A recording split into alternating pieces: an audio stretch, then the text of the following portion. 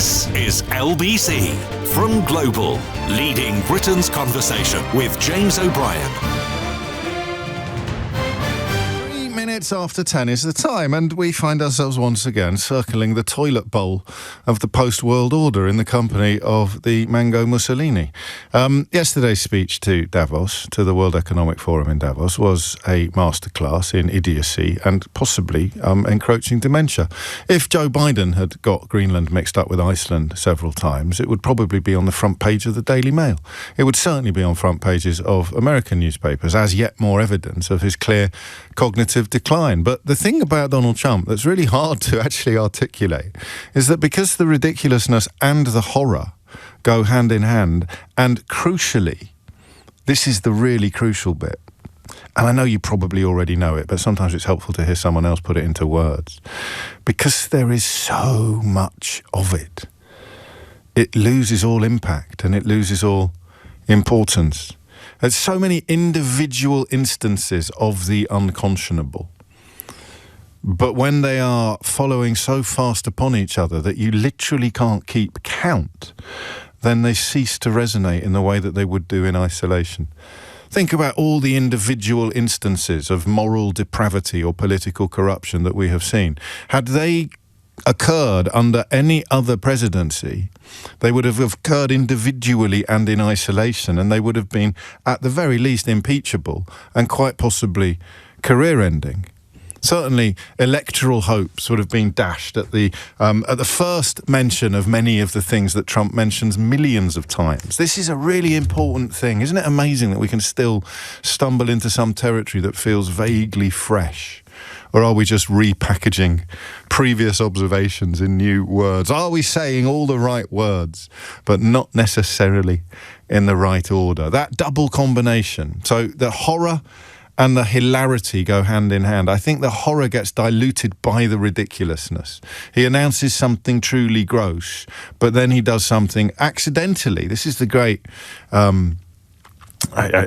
irony of the situation, is that the stuff that dilutes the horror is the stuff that he does by accident. The best example is probably they're eating the cats, they're eating the dogs, which simultaneously a horrific lie worthy of the Nazis.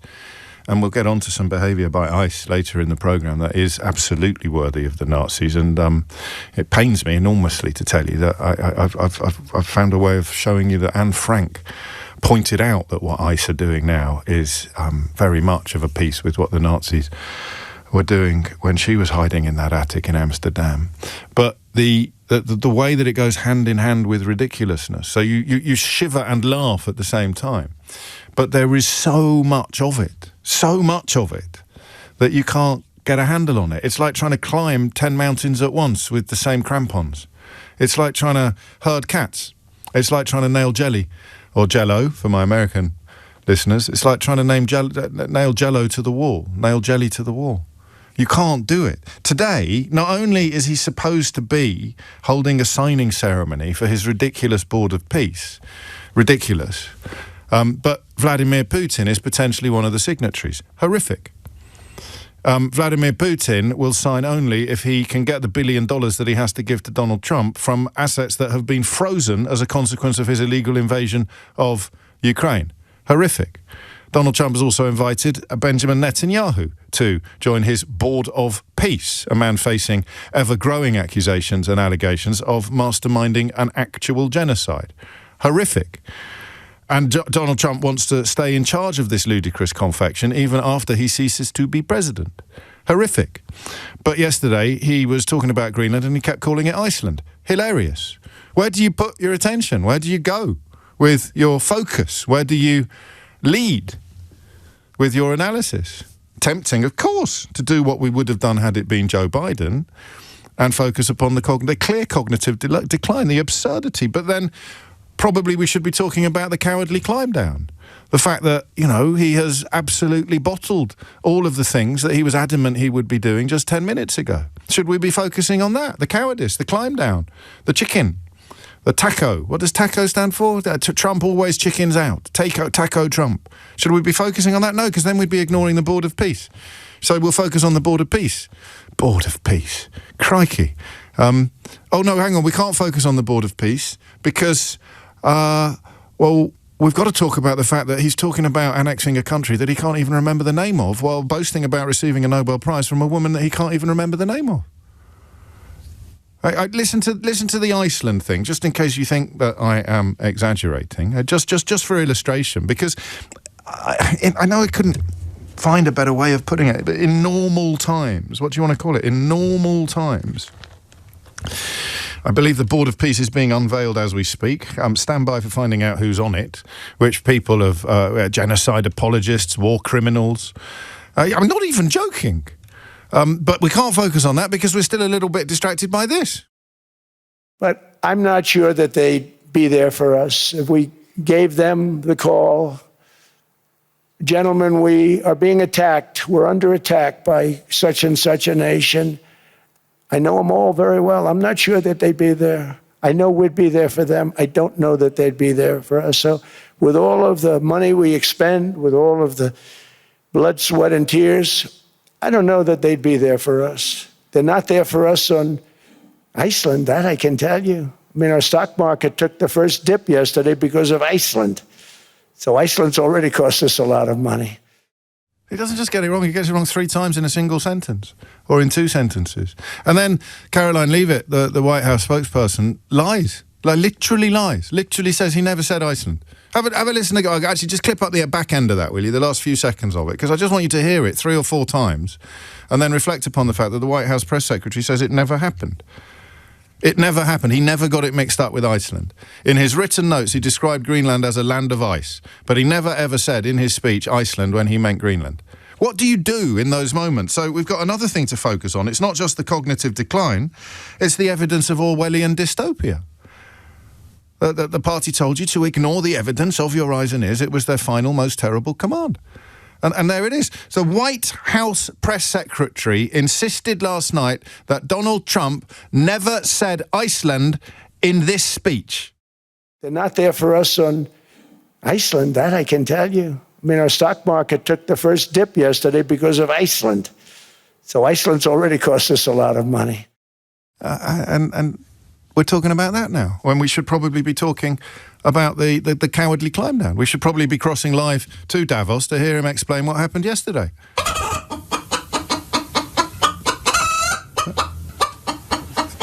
Thank you, Mr. President. 11 minutes after 10 is the time. So we can't talk about the Iceland debacle, because we should be talking about the chickening out, the climb down. But we can't really talk about that because we should probably be talking about the Orwellian subtext of the White House press secretary denying that he said the word Iceland, that you just heard him say 3 times in a short clip. But we shouldn't be talking about any of that because we should probably be talking about the Board of Peace ceremony that is about to begin, which looks not unlike the bar in Star Wars. It's a collection of freaks, weirdos, war criminals and genocidal leaders who are now joining what Donald Trump calls the Board of Peace in return for giving him $1 billion, which Vladimir Putin intends to find from assets that have been frozen as an internationally sanctioned punishment for the illegal invasion of Ukraine. So where do we put that on the list? We've got to write down the Putin and the sanctions, the Netanyahu and the genocide, the Board of Peace. Should we cross and see what's going on there? Well, why not, eh? Because I don't know what else we should be talking about. Let's have a listen. And we'll work with many others, including the United Nations. But I want to thank you all for being here. Yesterday we had an incredibly successful visit with many of the world's top business leaders, the best, the biggest, most successful, and foreign heads of state, and now we have one of this is real, if you're just tuning in. This is the actual president of the actual United States on actual television. Board of Peace. I want to thank the Secretary of State, Marco Rubio, Special Envoy Steve Witkoff, and Jared Kushner, and their extraordinary work. I mean, they've done an amazing job. We have peace in the Middle East. Nobody thought that was possible. We've settled 8 wars, and I believe another one's coming pretty soon. Go on, name them, Donald. The one that I thought was going to be an easy one has turned out to be probably the most difficult. Last month, 29,000. There was 11 people killed in Gaza yesterday, including journalists and children, according to medics on the ground there. So that's the ceasefire. 27,000 in the month before, 26,000 in the month before that. It's terrible. But we have meetings and we think we're making a lot of progress. Thanks as well to Secretary Scott Bessent, Howard Lutnick, and Chris Wright, U.S. Trade Representative, Jamieson Greer. They're all doing such an incredible job. Ambassador Callista Gingrich, who was here. That Joe Biden, he sounded slow, didn't he, when he was delivering his speeches? Fantastic work. Thank you, Callista. And many other members of my administration who are so committed to peace and are also committed to great success. Very importantly, let me recognize the very first group of distinguished members of the Board of Peace. They will be introduced by name in just a moment. Be still, my beating heart. That introduction. And to each and every one of you, we are truly honored by your presence today. Leaders of countries, in most cases very popular leaders. Some cases not so popular, but that's the way it goes in life. Thanks as well to... I should also add, Israel just bombed the Israeli-Lebanon border, so the peace in the Middle East is fantastic man. He just won a very big election. I'm very proud of him.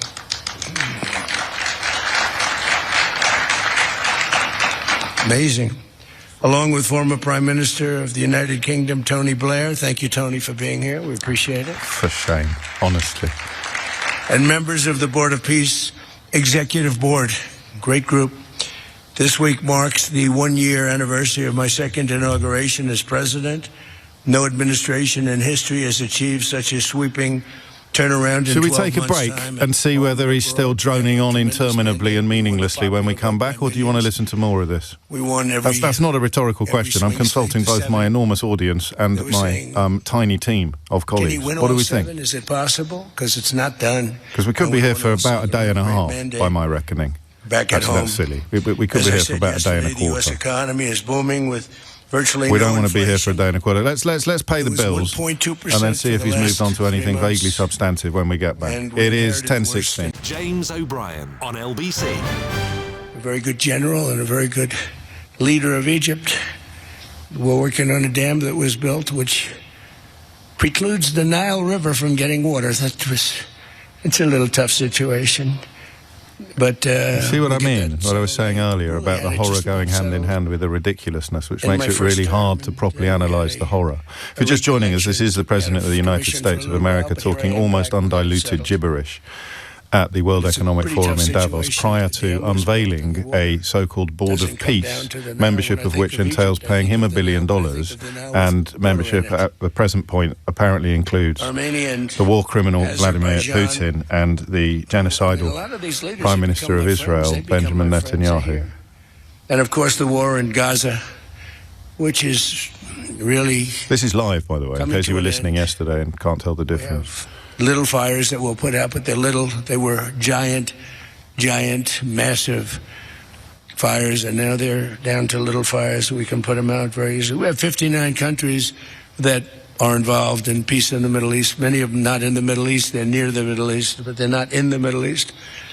And many have said that if Hamas doesn't do what they promised they would do, and I think they probably will, but they were born with rifles in their hands. 11 killed in Gaza yesterday, including journalists and children, according to medics on the ground, and 4 Syria-Lebanon crossings bombed in the last 24 hours. At least 2 dead in South Lebanon. Countries have told me we but don't worry, because Benjamin Netanyahu is on the Board of Peace. That you traditionally think of as being involved in that. But that's a fire. Where he will, I presume, be sitting on Vladimir Putin's knee. Do something about that. But these are, I call them remnants. They're small remnants compared to what it was before it was massive. Do you want to take a bet on when he actually starts properly listing the various clowns and criminals who are sitting on his Board of Peace? I'll leave you to decide if Tony Blair is indeed signing up for this, because there's a few days when he said he wasn't. A few days ago he said he wasn't. I'll leave you to decide which of those categories Tony Blair deserves to be put in, clown or criminal. Bombers hit the air shafts and went deep into the earth and totally obliterated everything that they were doing. They were 2 months away from having a nuclear weapon. Can't let that happen. No evidence And or proof Iran for that. does want to talk. But I tell you what, thank God that old doddery bloke We've Joe also Biden hit didn't win the election. ISIS in Syria. Didn't even run. And very strongly, as you know, in my first administration, I took out al-Baghdadi, the founder of ISIS, and he was trying to start it up again because due to the tremendous talent of General Raisin Kane, as I call him, he wiped out ISIS in a period of 3 weeks in my first term.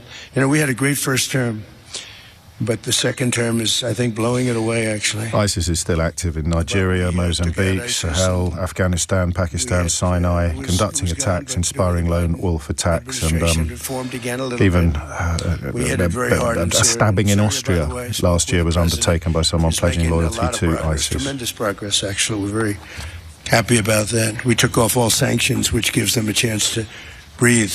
And he is working very, very hard, and I think he's going to put it all together. Anyway, remember, if you find any of this remotely discomforting, disturbing, disgusting, shocking, tragic, sad, appalling, hideous, hilarious, you are suffering from what was until very recently described as Trump derangement syndrome. I'll tell you what, I'm beginning to worry he might drone on for so long we might have to cancel Mystery Hour. We'll return to Davos should the president actually get around to remembering what it is that he is supposed to be speaking about. I could now spend a few minutes running through the wars that he claims to have ended, one of which involving the country that didn't previously exist, known as Azerbaijan, which often pops up in his speeches. I suppose the people of Azerbaijan should be grateful that he almost gets their country correct when the people of Greenland will forevermore be known in Donald Trump's universe as the people of Iceland, while his press secretary Caroline Leavitt insists on the record that he never said Iceland instead of Greenland in the speech from which we took a clip a few moments ago, in which he said Iceland instead of Greenland on at least 3 separate occasions. But remember, ignore the evidence of your eyes and ears. It was their final, most terrible command. The question I was going to ask you was what we have learned from the last 24 hours. What have we learned from the last 24 hours? From the fact that leaders, including Keir Starmer, albeit that he began the week being quite conciliatory or appeasing, he certainly looks like ending it with a fairly hefty victory under his belt. You can tell how concerned Donald Trump was about Keir Starmer's refusal to bend by the fact that he completely U-turned on the US policy towards the Chagos Islands. Listen, there are criticisms to be made of the deal done over the Chagos Islands, but they weren't made by Donald Trump or Marco Rubio when they heralded and applauded the signing of the deal, which ended negotiations that had been started by Kemi Badenoch's Conservative Party. So the opportunism on display at PMQs yesterday was almost up there with the opportunism on display from Donald Trump. But it was an illustration for those of us who care about such things of the role that Keir Starmer was playing. Why would he take a ludicrous swing at Donald Trump that made him look like a hypocrite and a liar? Donald Trump takes a swing at Keir Starmer that makes Trump look like a hypocrite and a liar, unless he was really troubled by what Starmer was doing. So it looks like ending this week with Keir Starmer having secured another fairly hefty victory, but as a consequence, of course, of union. A victory secured as a consequence of concerted and unified action by powers, by countries, by leaders who are recognising, as Mark Carney described earlier this week, the disappearance of the old world order, the removal of the United States of America from the top of whatever political or military pyramid it is that we've all lived in for the last 80 years. And when you do that, you have to find a new vocabulary of resistance and rejection. And this week they've done it. Donald Trump is crawling back to Washington later with his tail between his legs. This speech, in large part, is an exercise in pretending otherwise. The future of Greenland, from a Greenlander's point of view, seems safe. Although, of course, not long ago, he said he would never use military force in Venezuela, and then he did. So the promise, or the pledge yesterday that he would never use military force in Greenland is at least questionable and not something you'd necessarily bet your house on.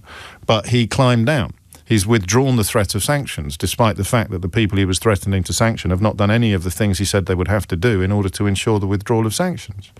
And if you thought I was exaggerating 20 minutes ago when I told you that it is almost impossible to properly chronicle, analyse and keep track of this stuff because there is so much of it, well, you don't think I'm exaggerating now, because we should be talking about the cognitive decline. We should be talking about the cowardice. We should be talking about the war criminals and genocide apologists on his board of peace. We should be talking about the Orwellian dystopia ushered in by his press secretary lying about what we actually heard him say. We should be talking about Putin's presence on this ludicrous committee. We should be talking about the fact that Vladimir Putin is going to get the $1 billion he needs to pony up to Donald Trump from assets that were frozen as a punishment for the illegal invasion of Ukraine. We should be talking about the fact that he keeps saying Iceland instead of Greenland. We should be talking about all of these things, but we're not. I don't even know what we're talking about now. But that's fine, because this guy doesn't know what he's talking about either. I didn't mean that one. I meant to go back to Davos, but that's everything works. To do it, and then they came. They said, "You be the chairman." And but I take it very seriously. We have a great group of people and incredible young people that are leading it from within. It's running beautifully, started already. And every country, just about every country, wants to be a part of it. And we just sent out the letters a couple of days ago, and these are just the countries that are here.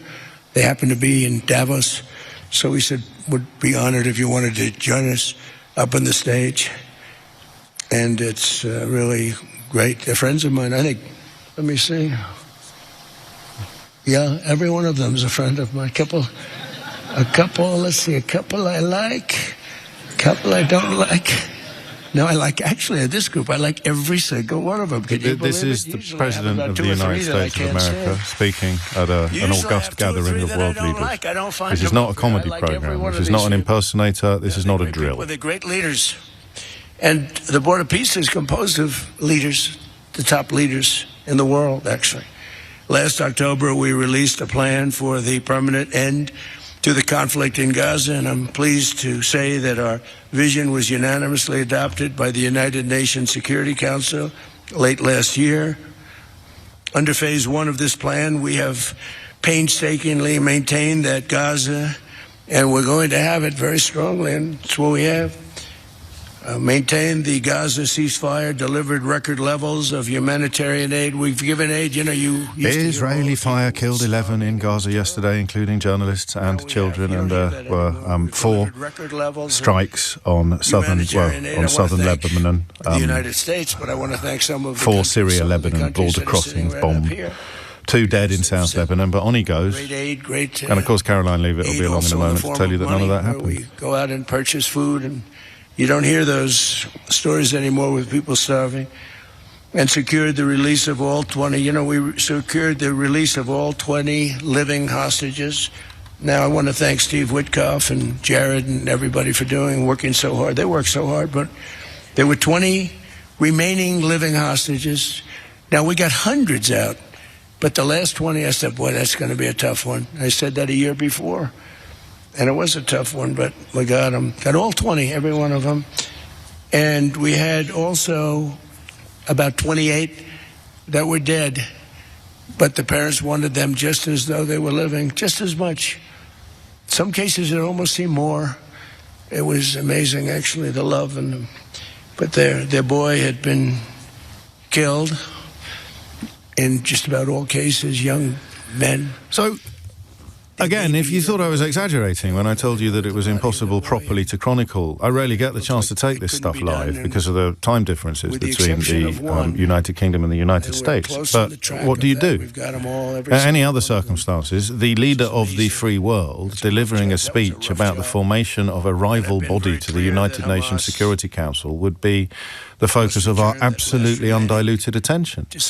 But this is a little bit like Grandpa from The Simpsons delivering an interminable monologue on primetime television. We'll take the news. God only knows what he'll be wanging on about when we come back. Here's Dominic Ellis with your headlines. James O'Brien on LBC. 3 minutes after 10 is the time, and now they're signing this document. And it was signed, of course, because Donald Trump just told you, by all the greatest leaders, all the most important leaders in the world. Some you might even have heard of, such as the leader of Egypt, the Egyptian president, widely regarded as a dictator, and considered even by the American organisation Freedom House to be governing Egypt in an authoritarian manner. About 60,000 political prisoners estimated to be in Egypt at the moment, so he's a shoo-in for Donald Trump's Board of Peace. You've got Saudi Arabia's foreign minister there, of course, a representative of the Crown Prince, who is considered President to Trump. The charter is ordered now the in murder full of force. Jamal The Board of Khashoggi, Peace a is journalist now who was official dismembered in the Turkish embassy, organization. the Saudi embassy in Turkey, and lo and behold, the Turkish leader is going to be joining this Board of Peace as well. Donald Trump is now holding it up. Continue the signing ceremonies. That's the end of my commentary. Donald Trump is now holding it up. The Prime Minister of Armenia. All the big leaders, all the great leaders. Here comes the Prime Minister of Armenia. I suspect that we're done. I'll leave you to ponder the importance of the Indonesian president, the Argentinian president, the Saudi Arabian foreign minister, the Azerbaijani president, the Armenian prime minister, the Paraguayan president. Everyone was trying to get him on their team, and the president of Kazakhstan. These are the people that have agreed, presumably, to pony up $1 billion. And the Jared Kushner character to whom Donald Trump keeps referring is his son-in-law. That is his only qualification to be involved in any of these negotiations. And he conducts himself as a sort of de facto international diplomat while simultaneously pursuing business interests that are delivering the sorts of sums of money that make even Donald Trump's corruption look relatively paltry. How many people think still of Jimmy Carter's family peanut farm when they look at how Donald Trump has turned the United States of America into a money-making and a money-laundering machine for him, his cronies, his family, and his closest associates? And speaking of money laundering, Nigel Farage is in Davos, and the 17 breaches of the rules that he has been found to have committed included one donation from a bloke who was accused of money laundering in the United States of America not long ago. So I don't know whether any of these threads need knitting together, but if you can't see it yet, then it's highly likely that you never will. So we have spent the best part of this week, and it is still only Thursday, discussing the changes to the world order signalled by the obvious and explicit designs upon the sovereign territory of Greenland that were being articulated by the unhinged President of the United States of America, Donald Trump. We know that he was serious because the people who pathetically whined not long ago that you should not look at what he says but look at what he does have finally woken up to the fact that he always tries to do what he has said he will do. The question that hung over that simple observation was this: how do you stop him from doing what he wants to do? How do you stop him from breaching international law, or from breaching convention, from breaching tradition, from breaching decency, from detaching the United States of America from the rules-based international order? And there was a sense, and we have had that sense here, that you couldn't, that there was nothing you could do, that the power invested in the President of the United States of America, whoever it may be, was such that the rest of the world had little choice but to respond to his order to jump by simply asking how high. I began this week wondering whether Sir Keir Starmer had got it right. By Tuesday, I had concluded that he'd got it wrong. But in fact, he moved so quickly and so comprehensively in the correct direction that by PMQs yesterday he was able to lecture the leader of the opposition, Kemi Badenoch, on the pathetic decision to support Donald Trump's attempts to undermine European international solidarity and indeed Keir Starmer's personal and political determination to resist Donald Trump's ludicrous caprice. This entire obscenity that is unfolding in Davos now is designed to do one thing and one thing only. I am allergic to dead cats. I know what you're thinking. Take an antihistamine, and how come you're not allergic to living ones? But I'm speaking metaphorically. Well, it is true that distraction tactics are absolutely intrinsic to the dictator's playbook. And it is true that Donald Trump is desperate for attention not to return, or to at least return much later rather than sooner, to the Epstein files. But But this entire edifice is designed to stop you and me talking about the climb down. The mother of all climb downs. Even the BBC found the courage to describe it as such. This is all designed to hijack the news agenda. The news agenda, which should, frankly, be full of quotes from Donald Trump that sound very much like this, will instead now be dedicated to the ludicrous notion that a collection of genocide apologists, war criminals, weirdos, dictators and murderers, or at least murderers factoti. Factota? What's the plural of factotum? Answers on a postcard, please. Will be dominating the news agenda, and we will be turning our attention away from his humiliation yesterday. And it's worked, because I've spent 40 minutes talking about the Board of Peace, brackets, snigger, close brackets, and not talking about the climb down yesterday. I opened the show today by explaining to you how impossible it was to keep track of things. I gave you a long list of things that could all be dominating our conversation, and I forgot to work out which was the one Donald Trump would be least keen on having us talk about, and that will be the humiliation, because he can deny the cognitive decline. But when he claims that there's a deal in the offing, if he can't produce the deal, everybody knows that he's lying. Caroline Leavitt can claim that he never said Iceland instead of Greenland, even though we heard him say it. They can gloss gish gallop their way through that. But what he can't do is camouflage or paper over the fact that there's no deal and there are no tariffs. He has bottled it. Donald Trump is, and I don't know whether this is a transatlantic phrase, so you may need someone to explain it to you. He is a bottle job. He is a chicken. He is a coward. He is a taco. Trump always chickens out. But we're not talking about him chickening out. We're talking about him constructing a committee of human beings so hideous and ridiculous. I still can't quite believe Tony Blair is going to be on it. He's not there, but, stranger things have happened. He is there. He is there. Tony Blair is sitting in the company of the people that we've just listed. And again, I cannot even begin to understand why, except for the old adage about it being better to he's in Davos. I don't think he's on stage. Better to be in a tent weeing out than it is to be outside a tent weeing in. I don't know. Well, you need to be in the room where it happens to stop the really bad stuff from happening. That is a question that Keir Starmer will be struggling with this morning. So what we're going to do is resist the temptation to talk about this nonsense and focus instead on the big story of the week, which is still Greenland. And it is the fact that with a brilliant speech from Mark Carney, and with a show of unity and resistance from various other leaders, Donald Trump has backed down. Donald Trump has backed off. Donald Trump has bottled it. What have we learned? Hit the numbers now, you will get through. 0345 6060 973 is the number you need. This is quite a moment.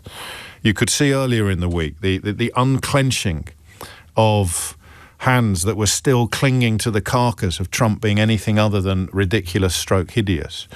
You had some relatively prominent cheerleaders finally recognizing that the only person with Trump derangement syndrome was Trump, and increasingly, of course, the people still clinging to the notion that he's anything other than hideous stroke ridiculous.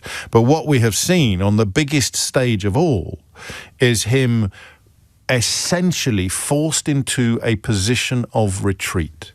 The idea that he was so powerful, that he was so big, that he was so irresistible is an idea essentially disseminated by Donald Trump. And yet when the world finally found an ability to say, absolutely not, absolutely and categorically not, when some leaders became focus points for resistance, when Mark Carney broke cover and Keir Starmer followed and Emmanuel Macron weighed in, he folded like a cheap suit. He collapsed like a house of cards. So in the context of moving forward, okay, what have we learned?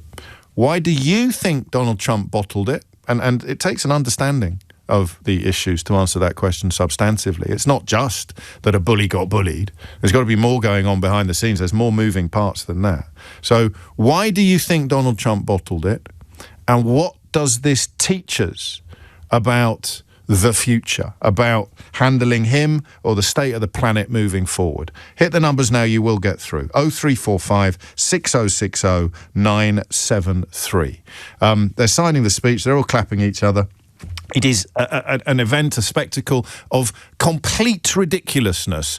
But as I said to you 40 minutes ago, the ridiculousness goes hand in hand with the hideousness. The hilarity goes hand in hand with the horror. And the horror gets diluted every time we laugh, every time we find it funny, every time we point out the ridiculousness. The horror gets diluted, the hideousness gets leavened.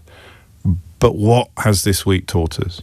A, about why he's climbed down, why he's chickened out, why he's bottled it, and B, about what we can learn from that moment, from these events, that the civilized world, as we increasingly are going to have to think of the coalition without America, what can the civilized world learn from what has happened this week? 0345 6060 973. James O'Brien on LBC. 47 is the time, and of course he was still lying about the 2020 elections yesterday. The absurdity, the absolute insanity of these situations doesn't end until he's gone, until he's out of office. I can't quite imagine anybody else, even J.D. Vance, managing to ride the twin horses of horror and hilarity so effectively. It's because it's a psychological concept, not a political one. And there it is. So the whole focus of the world will be on this ludicrous signing ceremony in Davos, and nobody is talking about the epic climb down, the humiliation, the failure of his entire mission. Well, we are. Amir is in Richmond. What have we learned? Hi, James. Hello, enjoy your program. You're very kind. Thank you. Yes. Well, what we learn, I think, in my opinion, is that we need to stick together, i.e. United Kingdom and European.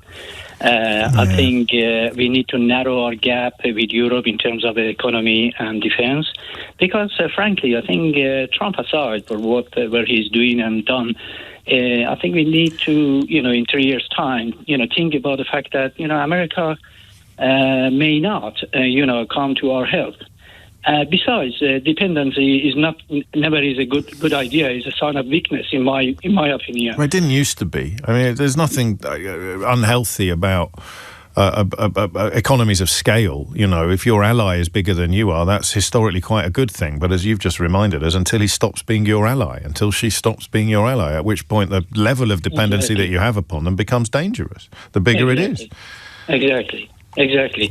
And I think, and you're listing, excuse me, and you're listing a number of elements that he's saying and doing. As a British Iranian who lived here over 50 years, I just want to say that I'm sure you recall that he gave this bravado that he want to come to help the Iranian, and in some extent he pushed more people into the street. I don't know, rightly or wrongly, maybe my statement is not quite right, but and maybe some more people got killed. And I think this is another thing, that in a sense, we feel, I don't want to say use the word betrayed, but in a sense that, people thought there is something coming and nothing came. So I think... And people risk their lives in order to join protests in expectation of American intervention and American support. And then, of course, if there's nothing in it for Donald Trump, the American intervention and the American support doesn't come. I wonder what would happen if the Iranian president ponied up $1 billion for a seat on the board of peace. I'm not even joking, by the way, because if Netanyahu and Putin can be there, why shouldn't the Iranian president be there? That's a question you can answer if you want. 0345 6060 973. But the question we're really asking is, what have we learned from this epic climb down? What have we learned from this humiliation about how to treat Trump in the future? And why do you think it happened? So Amir and I, going for the obvious answer, it is because of the resistance. But it must be more than that, because Trump could, of course, send troops into Greenland. He could easily mount some sort of military campaign and help himself to the territory. And he certainly refused to rule out the possibility of doing so. Stephen Miller, his key aide, I think would have quite enjoyed the prospect of putting American boots on the ground in continental Europe. So he has bottled it. And I want you to tell me why you think that has happened. Adi is in Bristol. Adi, what would you like to say? Morning, James. Hello, How are you? Very well. What's on your mind?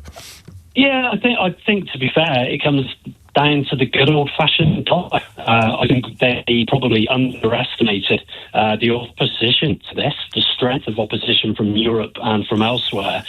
And maybe when they've actually gained in allocation... It's a terrible phone line, mate. I wonder how significant the Danish bonds decision was, because if lots of other countries had followed Denmark on getting rid of the US Treasury bonds, then the financial hit, as that lovely lady in Barbados explained to us earlier in the week, Victoria, the financial hit would have been felt all the way back at home. That could be it. That could be part of it. Just to answer questions, and feel free to send a few in. Tony Blair hasn't paid $1 billion. In fact, earlier in the week, he kind of distanced himself from that part of the project, but he has not distanced himself from the project itself by any stretch of the imagination. I'll read you what he had to say earlier in the week. I thank President Trump for his leadership in establishing the Board of Peace, and I'm honoured to be appointed to its executive board. It's a real privilege to work with Steve Witkoff and Jared Kushner and their outstanding team. I think this is a moment of hubristic horror for Tony Blair. I think if we were to speculate on what on earth he's motivated by, there has to be a very, very fat slice of self-importance. You want to mitigate the self-importance by the genuine belief that he can make a difference going forward. I'm afraid that ends up just sounding self-important. It is extraordinary that he is elected to put himself in this kind of company, and his legacy already horribly tainted by the Iraq war and its aftermath, possibly about to receive another kicking, if it hasn't already, actually. I can't believe it. For the avoidance of doubt, I think it is absolutely disgusting that Tony Blair has elected to give respectability. Because out of all the lists, all those names, the only one who brings anything close to respectability, whatever you think of him, is a very, very good Prime Minister of this country. And if it wasn't for the Iraq war, his legacy would be possibly uniquely good for an essentially peacetime Prime Minister. He's elected to add a veneer of respectability. Why do you think Trump mentioned him first? Why do you think Trump wanted to get... He wasn't even on the stage. Trump had to get Tony Blair out there. He's being used like a fig leaf. He's being used as a camouflage for corruption. And as far as I can tell, he has gone away, he has gone along with it. Heavily involved in the situation in Gaza, both before and after the so-called ceasefire. Committed to it genuinely. That's something I know. But the belief or the confidence that joining this ludicrous outfit would somehow enhance those hopes is something I can't currently get my head around. I hope I'm wrong, but at the moment it looks, at the very least, horrifically hubristic, and at the very worst, downright disgusting. 10:54 is the time. Gary in Calais is up next, but let's just catch up with what AD in Bristol was in the middle of telling us. AD, where were we? Yeah, sorry, James. Hope that's a bit better. Yeah, I think, to be perfectly honest, this is just shows the arrogance of the current American administration, because I don't think it's just Trump. I think it's the likes of, like you say, Miller, Vance. So why did they Rubio. fold? I mean, we'll never know whether Miller or Vance or Rubio are upset or cross about this or think he's done the wrong thing, because they don't have the guts to say anything out loud that the boss would be unhappy with. But why do you think they folded? I don't know that they actually had to. I think they gained it. I think they basically tested the water, and then basically the markets reacted. And as soon as the markets reacted, as soon as you had this European opposition to them, where, you know, leaders that they probably thought were a little bit wishy-washy, yes, or even the likes of Keir Starmer are suddenly going, no, this is a line too far. And they looked at the markets, they gained, okay, so what would happen if we did put boots on the ground, if we did annex that territory? And they saw the market reaction, they saw the reaction from the opposition leaders, and they've caved. But the most frustrating thing about this is, you know, they will gaslight the public in America to claim this as a victory. I don't. Yeah, well, we'll talk to Simon today, probably tomorrow, and catch up with how this is playing out in America. I'm not even sure it's a massive story there. I don't even know if the Greenland thing is as big as the Gestapo tactics that are now being deployed on the streets of Minneapolis. More on that in the next hour. But the idea that it is all about the Benjamins is quite hard to resist, isn't it? So it's all so they go hand in hand. The resistance, led by Carney effectively, but bolstered enormously by Starmer and Macron and others, the resistance creates the uncertainty. The uncertainty spooks the markets, as Liz Truss could explain to you, and the uncertainty in the markets spooks Donald Trump.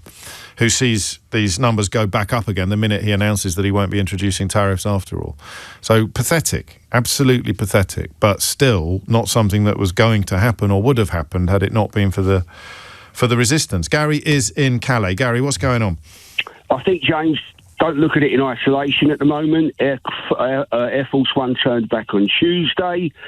We're looking at their attempting to send in an American Airborne Division to Minnesota.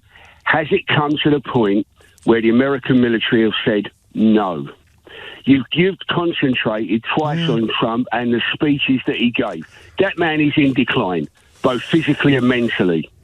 Are we now looking at the vacuum that's going to cause? The American military have said we are not prepared to go into a fellow NATO country. We're not even prepared to do it, to go into a NATO country. His backdown is now being caused by backwash at home, and are the people behind Trump, the likes of Hesketh, the likes of Vance, now beginning to circle to come into that vacuum? I mean, is America on the brink? Yeah, I mean, who knows? You've got Pete Hegseth insulting all of the military top brass men whose boots he is, and women whose boots he is not fit to lace. Sycophancy and public devotion to Donald Trump being the only qualification for high office in the United States now. But not disobeying orders is at the heart of military philosophy, isn't it? It's not disobeying orders. Remember, they follow the Constitution. Yes. They don't follow what Trump says. That's the thing you've got to remember. And we spoke about this about a year ago. We did, yes. When I turned around and said there was an American college that had done various things, scenarios, as to all the pieces falling into place. And they said in the last 3 months, those pieces are falling into place with a slightly different scenario, exactly where we are today. So, I mean, the intelligence is that if you were to press ahead with this plan, then you would have some form of mutiny on your hands. I think you hope so, don't you? But then you look at history. Almost to that point, and they've had it before. We're waiting for a Fort Sumter moment. I think that's pretty clear. Waiting for a what? Fort Sumter. Do you remember the point that sparked the Civil War? Everyone knew it was heading there until finally the South fight actually on an American unit. Not for the first time, Gary. You are educating me, and you're doing so in a very kind way, as if you presume I'd know what you were talking about.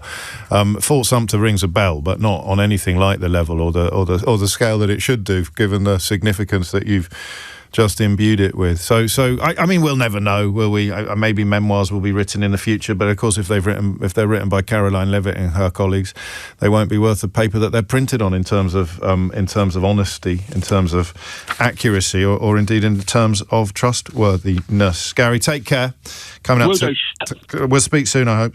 Coming up to 11 o'clock. Here is your 7 members of the Board of Peace Executive Board, at which Trump sits at the top, and he will stay at the top even after he ceases to be president, which is why, I mean, it sticks out like a sore thumb. Tony Blair, former British Prime Minister. Jared Kushner married Donald Trump's daughter. US Secretary of State Marco Rubio, dedicated sycophant. Ditto Steve Witkoff, the US Special Envoy to the Middle East. Then you've got a CEO of a financial firm, Apollo Global Management, called Mark Rowan, the president of the World Bank Group, AJ Banga, and Robert Gabriel, the US Deputy National Security Advisor. So all of whom are loosely describable as unduly sympathetic to Donald Trump's cause.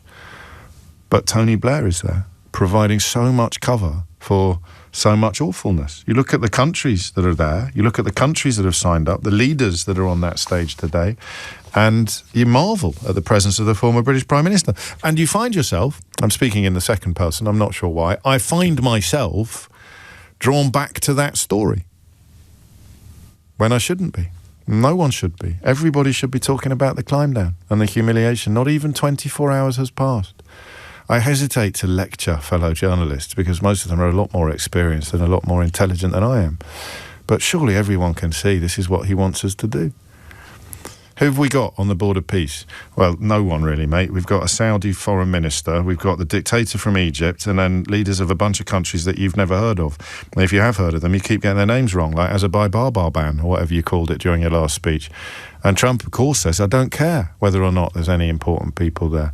Well, and you've got Netanyahu as well. Oh, and Putin maybe, but he won't be on the stage. Because I don't think he's not allowed into Davos, is he? He'd get arrested immediately if he turned up in Davos. Wouldn't he? Would he? I don't know. Who knows anything anymore? But Donald Trump has been told we've got nothing impressive, and it doesn't matter because we're going to do it, and I'm the president, which means everyone will be talking about it, and the cameras will be focused, and the commentary will move on from yesterday's epic humiliation. And I don't know how you resist that. But I'm going to carry on trying. It's 11:01. James O'Brien on LBC.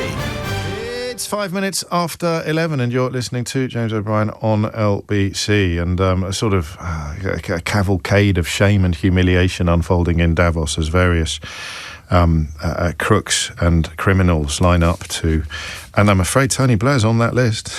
I don't know whether you consider him a crook or a criminal, but until something changes, his presence on the so-called founding executive council as the Prime Minister of the United Kingdom continues to demur. I mean, the problem once again when you're talking about Donald Trump is that you can't talk about it using the vocabulary of history. This could be forgotten by Friday. I'm not even joking. I'm not even exaggerating. The Board of Peace could be this time next week. Oh, I remember that. He stopped talking about that again now. I feel I need to apologise again to the person I put in Idiot's Corner on Monday. The reason I got a bit snappy with you was because you suggested that we shouldn't be talking about any of this stuff instead.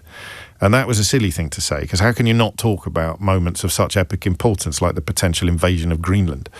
But you're right to say that an awful lot of this is clearly dedicated to distracting the world and at least the American public from the continued failure to publish the contents of the Epstein files. I think there's 2 million pages, is it, that are yet to be published. Donald Trump's name pops up an unimaginable amount of times in the tiny bits that they have actually released. So God knows how often he features and how in the main body of the documents, of the archive. But you can't talk about this normally. So we could sit here now, and everyone else is going to do this, and I'm not criticising them, because I haven't worked out what the alternative is. But everybody else is going to, let's have a phone in about the significance of Donald Trump's board. Should Tony Blair really be on the Board of Peace? Should Keir Starmer join the board? Is it better to be inside the room where it happens than outside criticising and critiquing? Because we don't know what else to do. It's the size of the players that determines the amount of the coverage. And the players don't come any bigger than the President of the United States of America. We're going to return briefly to Davos to see what he says next. Project, and it's a big one, but it's very doable. I said to Jared and Steve and some of the other folks, including Larry Fink, and congratulations on the great success. The two of you have done a fantastic job. This is bigger and better than ever. We usurped some of your time for a very important reason, and you understand that better than anybody, and we appreciate that you're here very much. Thank you both very much. But I said that, this is a great location. It all begins, see, I'm a real estate person at heart, and it's all about location. And I said, look at this location on the sea. Look at this beautiful piece of property, what it could be for so many people. It'll be so great. People that are living so poorly are going to be living so well. But it all began with a location. That's the vision. They look out on the waters, and very few places are like it. So we put together a team that's outstanding, a team that's done it before, a team that I think has done tougher jobs. If you want to know the truth, we've done some tough jobs. Just checking that it was still as ridiculous and as unhinged and as demented as it was when he started talking all that time ago. So, as I was explaining, we don't know what to do any more than we did halfway through the first term. What do you do when everything is upside down, when everything is being changed?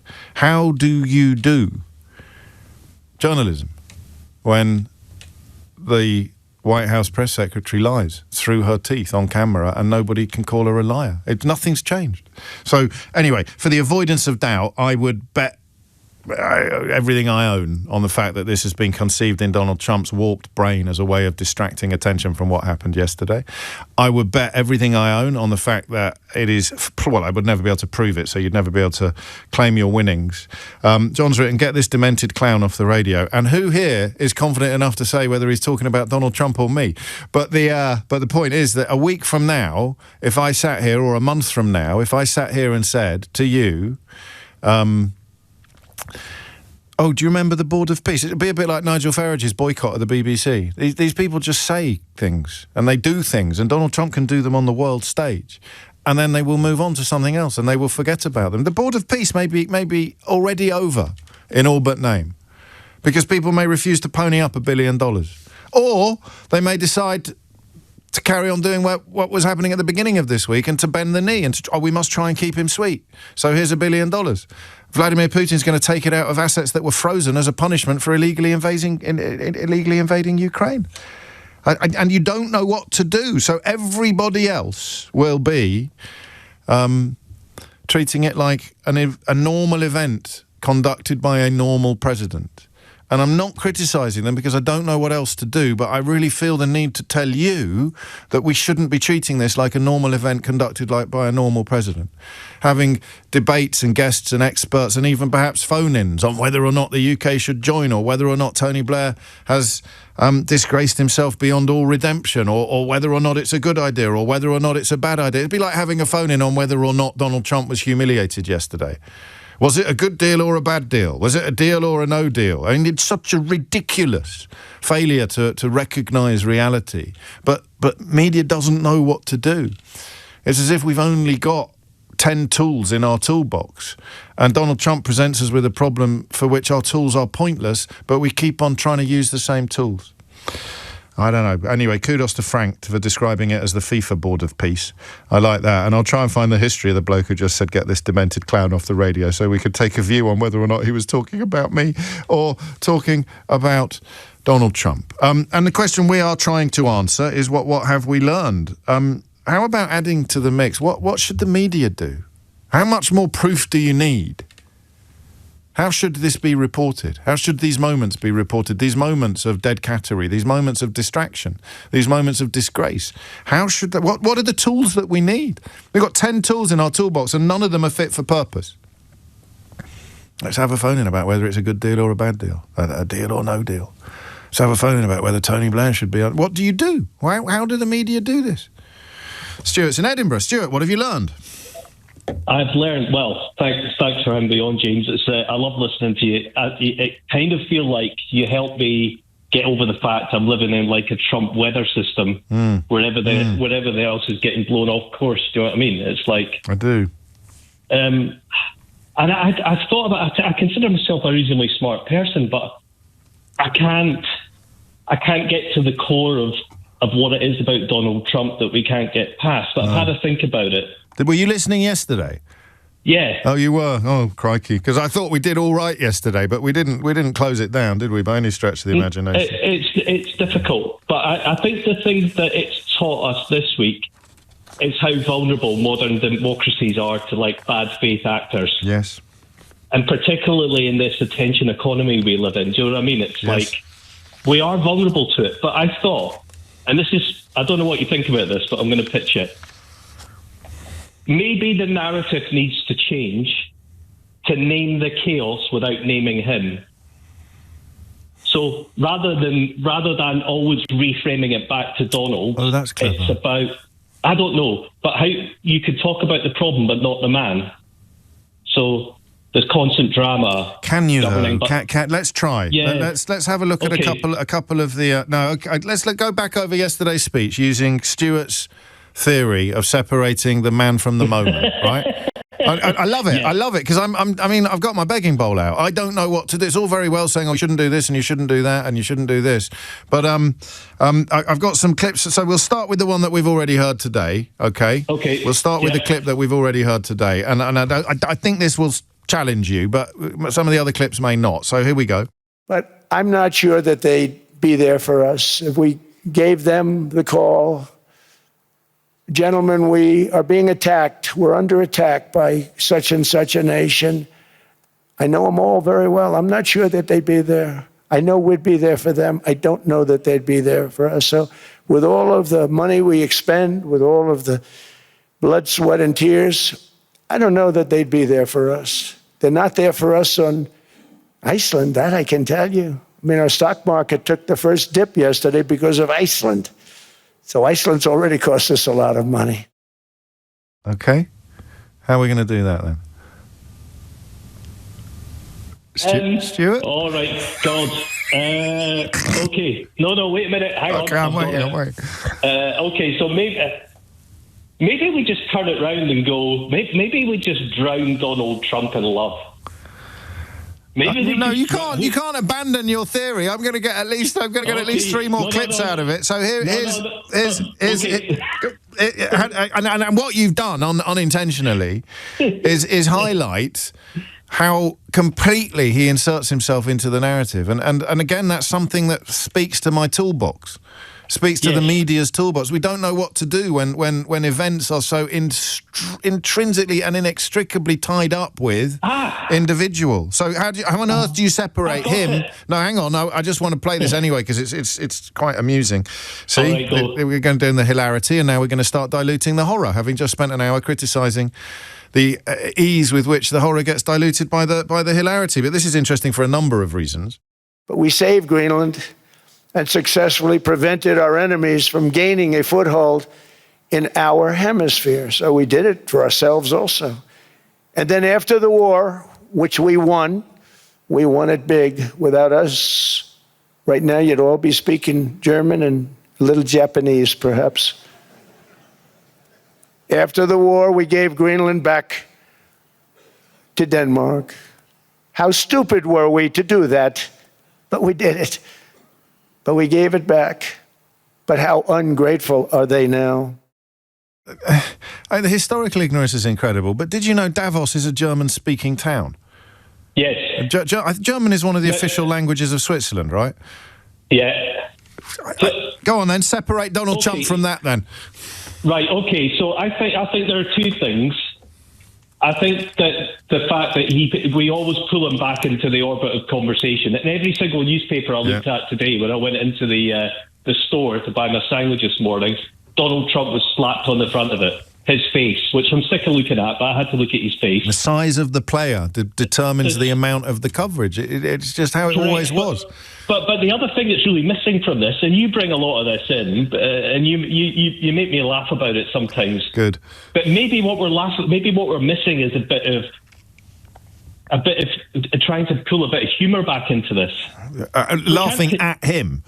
Yes. Yeah. I know he'd drive him mad, but maybe we just need to laugh at him and go, oh, come on, no. We can't. I don't think the media can do that. You see, I can do that with your help, and we can point out that Davos is a German spit, and you can do it in a funny way. We'll have a look at windmills next. But I don't think that, the very important newsreaders on the news at 10, I don't think Clive Myrie can start taking the mickey out of Donald Trump. I don't think that Chris Mason can. I don't. It's not an option.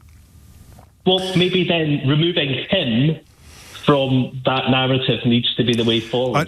I mean, I'm putting it on my list, and I'm even drawing circles around it as well, because it would be a wonderful thing to do if we could somehow unite the media, the sensible media, not the Trump cheerleaders, not the Dick Littlejohns of this world, who would rather be led by a foreign dictator than by an elected British Prime Minister. But for the rest of people whose brains are still functioning, if you could all agree to do that, maybe don't say Trump anymore, say the President of the United States, it might have an effect. If you could all agree to start poking fun, it might, but you can't. That's the problem. I was about to say my toolbox is tiny, but people might misread that. A relatively small contribution to the conversation, pointing out that we are making a hideous mistake by talking about the border peace when we should be talking about what happened hours ago that was humiliating for him. But he's already won this battle. We're all talking about the thing he wants us to talk about and not the thing he was desperate that we didn't. And I don't know what the alternative is, which is why I'm taking Stuart's suggestion to the bank. James O'Brien on LBC. 21 minutes after 11. Dave and Joseph up next. Before that, a little quiz for you. Which British political figure do you think might be most likely to have humiliated himself by essentially endorsing Donald Trump's illegal land grab of Greenland moments before Donald Trump abandoned it. I mean, of all the people in the British Parliament, let's say, all the MPs in the House of Commons, which one is most likely to have gone public with opposition to British interests, support for a plan that has been hailed by the Kremlin? With regard to NATO, perhaps you could describe it as parroting Kremlin talking points. Which British politician would be most likely to have soiled himself yesterday by coming out in favour of the plan that Donald Trump was about to abandon? I didn't realise it was that easy. I have no doubt that the world would be a better, more secure place if a strong America was in Greenland because of the geopolitics of the high north, because of the retreating ice caps, and because of the continued expansionism of Russian icebreakers, of Chinese investment. So yes, would America owning Greenland be better for the world in terms of safety and stronger for NATO? It would. However, if you believe in Brexit, and if you believe in celebrating America's 250th birthday, if you believe in the nation state and not globalist structures, you believe in sovereignty. And if you believe in sovereignty, you believe in the principle of national self-determination. That's what you guys fought the British for. Your right of national self-determination. And you won. I agree strategically with the arguments that he makes. There are no arguments, as we've already established. And Vladimir Putin, of course, remains the politician that Nigel Farage admires the most. Dave's in Shepherd's Bush. Dave, come on then. What have you got? Well, I'm just going to change it a little bit, James, because I've got a complaint. Never in my lifetime have I had the desire to follow a speech by that man. No, I apologise. I should have had a trigger warning. Thank you so much. Just regarding the other individual, the President of America, Yes. To me, most of it, if not all of it, it's irrelevant. So, in the sense that the peace plan or the peace team, the peace process, you don't pay £1 billion. It's the FIFA Board of Peace, mate. But what it is, you don't pay £1 million. You just have to say you will. You turn up, you become part of this. A billion. Is it £1 billion? Yeah, you turn £1 billion. Up, we're going to pay £1 billion. You do the signing-on ceremony. You sit back and adore the great leader. It's the same with the treaties with the European Union. It's all a signing process. It's all a show. We've got deals with penguins on islands around the world. They're paying tariffs to us. It's amazing. We're the hottest country. But most of it, if not all of it, is covering up for whatever he needs covering up for in that moment, in that time. And it's just his narrative. I'm amazing. Everything I do is amazing. But it's just a show or a sham. And sadly, it's gone beyond. I mean, I know you've touched upon about we should laugh at him, but I think we've gone way past that. We tried that before in the early days. Yeah. When he came down the escalators, we laughed, and maybe the laughing's maybe for Jimmy Kimmel and Saturday Night Live. Well, he obviously hates it. I mean, that proves how effective it is, doesn't it? It was Mark Twain. I think that nobody can stand against laughter. He does, but his base, I don't want to.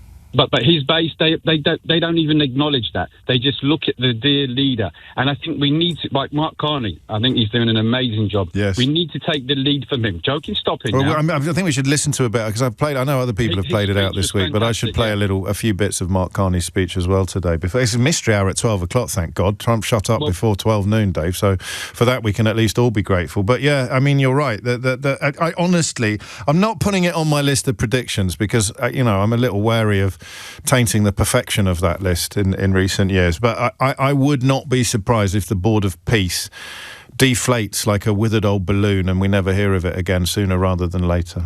But everything he's part of deflates like an old withered balloon. Everything. And he just moves on to the next one. Yes. He just moves on and he keeps something's bigger and amazing. It's great. His casinos were amazing and great. His property empire. Everything he touches is amazing and great. But when you just scratch a little bit below the surface, there's nothing there. There's no substance. All of it is just this, whatever you want to call it, imaginary scam or fake. Keep moving forward. Keep blowing up new balloons. That balloon's withered. That balloon's blow up a new balloon. And what are we, 5 years in to 2 terms, and we still haven't got a clue. I remember getting despair when the New York Times and others would fail to call lies lies, and they'd call them untruth, and they'd defend it on the grounds that, well, maybe he didn't realise what he was saying was lying. I thought it doesn't matter, but we don't know what to do. The vocabulary, the toolbox is still inadequate. Do you want to put a date on it, Dave? Not a bet, just a date. When do you think we might reasonably report that we've heard no mention at all of the Board of Peace now for a month? When do you think? April the 1st. 26 minutes after 11, top of the class, top-ish of the class, because I think Frank's suggestion that we should call this the FIFA Board of Peace is vying at least for the top spot. Aggie Chambre has joined us because British politics is still going on, and this is potentially quite a significant story, Aggie. This is potentially... Let me introduce you properly. LBC's Deputy Political Editor. Thank you very much, Congratulations. James. Thank you, James. This is potentially an absolutely massive story. So Andrew Gwynne, who used to be a Labour MP, he was a health minister. He had the whip suspended in February last year because he wrote comments like he hoped a pensioner would die on a private WhatsApp group. Those comments came to light. He had the whip suspended. And there's long been rumours that he might abandon his seat, basically resign from his seat, and who might take that seat instead. And I say take that seat. There's many, many, many hurdles, which I'll come to in a second, yes, to getting that seat. But one, Andy Burnham, who at the moment is the Mayor of Greater Manchester. And today it has been revealed by the Times, and we have also been told that Andrew Gwynne could stand down as early as this afternoon. So basically, according to Labour MPs, senior Labour MPs I have spoken to, they have said that he could be being offered a pension settlement because of ill health, which would basically see him out for the rest of this Parliament. And so he could be making an announcement as early as today, potentially tomorrow. I actually called his constituency office. They didn't know anything about it. We've also contacted him for comment. He has not come back. Parliament have said they will come back with a statement. But the news today, Andrew Gwynne, who is was the Labour MP, still holds a seat for Gorton and Denton, is likely, according to Labour MPs I have spoken to as well as the Times, stand down as early as this afternoon. So the selection for the new candidate, and there's no foregone conclusion, of course, that they would he would slide straight into the House of Commons. There wouldn't be any by-election, but the selection for the new MP would be a matter for the local, for the CLP, for the constituency Labour Party. Yeah, and there actually would be a by-election. So basically, the process would be, if indeed, if it's a medical retirement, yes, then there'd be a by-election. Exactly, right. James. Okay. So basically, the process would be Andrew Gwynne resigns, and then Andy Burnham, the Mayor of Greater Manchester, could potentially put his hat into the ring. Because he is a mayor, he would basically have to apply for sort of special dispensation to even be a candidate for that by-election. That's a panel of 7 people. People on that panel are kind of union people, also includes the deputy Labour leader, who of course is Lucy Powell, who people think actually probably would vote him through. If he then got through that bit, and people I've spoken to think he probably would get through that bit, but they're not completely sure. Right. Then it's the more difficult bit. This is then a panel of 5 people. This is members of the NEC, members of the regional NEC in the area too. And that'll be 5 people, and they will then decide the shortlist, and then the shortlist will then be voted on by the local party. So it's by no means NEC easy. approval as well? NEC, yes. Yeah, so that's people say so there's no no actual reason except not mischief, but speculation to link these 2 events at the moment. Gwynne's medical retirement is not going to have been conjured up as a way of letting Andy Burnham into Parliament. But how can you resist the temptation, given also that it's in Manchester, to suggest that this offers an opportunity to Andy Burnham? And there's long been talk about those 2 being in discussions. But I think the point that I should make is that members of the NEC on that second part, on that 5-member board who will be interviewing him, they will argue, as well as I think potentially people on that 7-person board, the first board, might argue as well, that it would be a terrible time for Andy Burnham to stop being the Mayor of Greater Manchester, and he would have to immediately give up that Greater Manchester mayoralship. And also they would be worried that Reform UK, who came second in the general election in that seat last time, might win that seat in a by-election. They'd also be worried about basically the Greater Manchester mayor no longer being Labour too. So people I've spoken to on the NEC, as well as people who are senior in the Labour Party, think that it is absolutely not a foregone conclusion that Andy Burnham would be on the ballot paper in that by-election should he choose to run. Watch this space. Would we expect a comment from first? Gwynne or Burnham? I expect Gwynne first, and then I'm sure we'll hear from Burnham if indeed he will rule himself out or rule himself in. I suspect he might rule himself in. Do you? That would be my prediction, but I may well be wrong. I've been wrong before. And that becomes the beginnings of a potential leadership challenge to Keir Starmer. There's no way Andy Burnham wants to go back into the House of Commons and not have a tilt at the big job. That's absolutely the significance of this story, because I think people around him, lots of Labour MPs who are very pro Andy Burnham, have basically been waiting and hoping that Andy Burnham can get a seat in Westminster so that he could challenge the Prime Minister, which of course he would need 80 named MPs to do so. But people on the soft left of that party who are supporters of Andy Burnham think if he were to get that far, and as I've laid out, it's not simple, then they think he might well be able to challenge Keir Starmer. It is 11:32. Our deputy political editor Aggie Chambre there with the breaking news that the former Labour MP, the MP for Gorton and Denton in the North West, sacked as a health minister, still an MP. No, he had the whip removed. I'll shut up now and go to the headlines with Dominic Ellis. James O'Brien on LBC. It's 11:35. You're listening to James O'Brien on at LBC. It's been one of those weeks where we've only really discussed one story, with a brief diversion earlier in the week into the Beckham's family local difficulties, which was actually really interesting and surprisingly powerful, because of course it's all about the question I ask you and whether or not you're minded to answer it. So we had a 40-minute diversion, and then yesterday, of course, Stuart Lee joined us to lighten the mood. So I think that Mystery Hour at 12 noon today will be particularly welcome, an injection of levity and possibly even some illumination, and no politics whatsoever. But until then, we continue to try to address the madness, to try to make sense of the insensible. And not for the first time, we are enlisting the help of Phillips O'Brien, the Professor of Strategic Studies at the University of St Andrews. I mean, he gives a speech last night, he gives a speech today. I used to think fact checks were powerful instruments, Phillips. I used to think that, and they still are for most world leaders, most public figures. Here's a fact check. You said Iceland when you meant Greenland. Here's your Secretary, here's your White House press secretary saying, no, you didn't. And there'll be enough people ready to believe that he didn't, even as they see and hear him say that he did. So I don't know what role fact checks play in this ludicrous universe, but I wonder if you could run through the 8 wars he's just claimed yet again to have ended. It's actually not always clear what the 8 are, because they're so, all over the place. I mean, let's go for the ones that seem most obvious, and then go to the ones that seem to be the most detached from reality. Now, he claims to have settled Israel and Gaza. Okay. Now, is that settled? Is it not?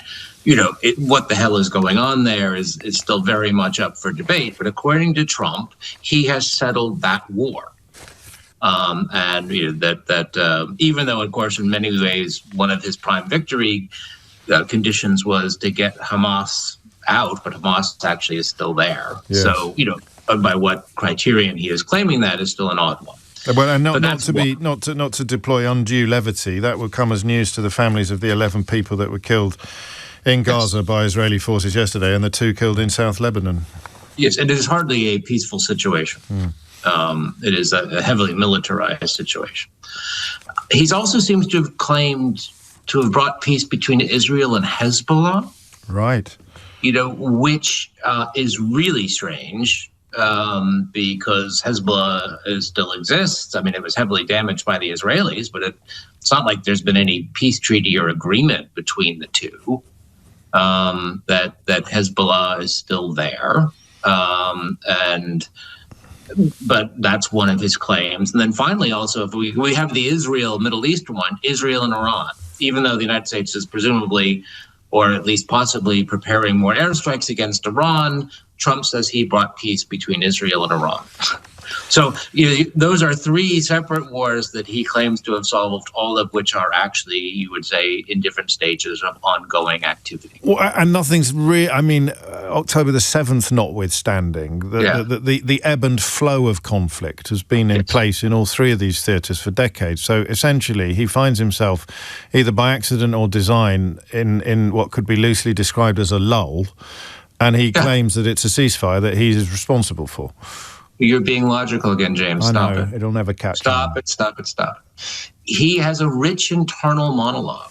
And in that rich internal monologue, he is making the U.S. government a vehicle to get across the view he has, not the view of the outside. So I'm sure he's being told, yes, peace. You have a Gaza peace board. Yeah, that's enough for peace. So those are three that we know about. Then we get into the international ones outside of Israel and the Middle East, which are even a bit wackier. I mean, there's Azerbaijan and Armenia. Now, what happened is Azerbaijan defeated Armenia in a war. And Trump doesn't even actually know the countries. He often mistakes. Azerbaijan. Yeah. It's been renamed. It's been rebranded. Sponsored by, I don't know, Pepsi Cola. Is it Azerbaijan that he says normally, or he sometimes confuses countries in different regions. But Azerbaijan, Armenia, President, Iceland, Greenland, Schmeisland. Who cares? It doesn't matter, this stuff. But actually what happened there, as I said, the Azerbaijanis defeated the Armenians on the battlefield and took back all of Nagorno-Karabakh. So it wasn't that he ended the war. There was a military result. It's brilliant, isn't it? So if someone could have beaten him to it. But again, not to make light of bloodshed and misery, but, they win a war, and I turn up and go, I did this. I go, yes, another ceasefire for me, Donald Trump. And just don't mention the people who've given their lives both winning and losing the war that's just ended entirely independently of any intervention you might have made. It suits them, does it, to pretend that he played a role? Well, it certainly suits the Armenians who are desperate for U.S. support. I mean, that's the thing is what he does is he takes advantages of different parties to the conflict. Perhaps that's been most noticeable in the border dispute between Pakistan and India. Now, he claims to have settled that. India and Pakistan had exchanges of fire, perhaps some dogfights, or at least aerial combat a few months ago. The Pakistanis wanted U.S. support at that time. So the Pakistanis actually went and said, oh, yes, Trump solved this. The Indians said, that's bonkers, you're mad. This was not solved by the United States. This was solved bilaterally or temporarily solved. Again, I don't think anyone believes the Pakistani-Indian border is now permanently peaceful. But the Indians have said, this is crazy. This is something that we did with the Pakistanis. The United States played no role in it. And Trump, by the way, got so angry at the Indians for saying this that he put extra tariffs on them. So that this is how the inner monologue comes around. And he said, no, I solved this war. And the Indian said, no, you didn't. He's like, well, you're going to have more tariffs till you say what I want you to say. But in his mind, and the Pakistanis nominated him for the Nobel Peace Prize. And that's how he gets often the weaker side in a struggle to say, yes, Trump, you are the great man because we want U.S. support. So, that's probably the strangest one, and it shows, I think, the reality of how he acts. But another one quite similar is Thailand, Cambodia. That they've had an ongoing border dispute for decades. And there was some artillery fire. Then that artillery fire ended. The Cambodians, who are the weaker side, Thailand's considerably stronger, basically went to Trump to say, yes, you're responsible, please help us. And then they nominated him for the Nobel Prize as well. The Thais have been not so forthcoming, one might say. But they have to be careful because Thailand's also a military ally of the USA. So a lot of these countries are careful in what they say because they don't want to get the US upset. So how many is that? We have the three Israel ones. We have Azerbaijan, Armenia, India, Pakistan. Let's do my favorite. Let's do my favorite, Kosovo and Serbia. Yeah, which hasn't actually. This, I think, is referring to his first term. Right. I didn't know about that war. I missed that. Yeah, war. That war, of course, hasn't been settled. It's still there. But I think he's referring to the fact that there had been some flare-ups of the fighting between Serbia and Kosovo in his first term. And that's sort of a carryover. Right. Because I mean, if there's been very little change in his second term now in Kosovo, Serbia, but the Serbs flatter him every once in a while. The Kosovans have, need Western military support, so they both try to appeal to him in that. But he hasn't solved it. That's still there. I mean, that goes back to the 1990s.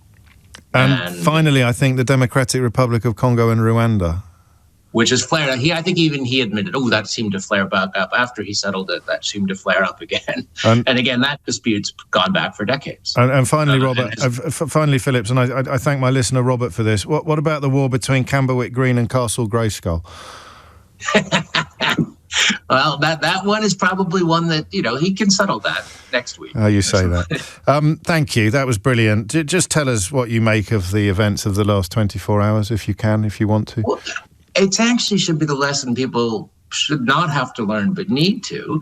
What the Europeans did is not, first of all, you don't give in to Trump ever. You don't kiss his butt, if I can say that on radio. You just did. But on the other hand, you don't yell at him. You just use the leverage you have to put him in a more difficult situation. And the European states did that over Greenland.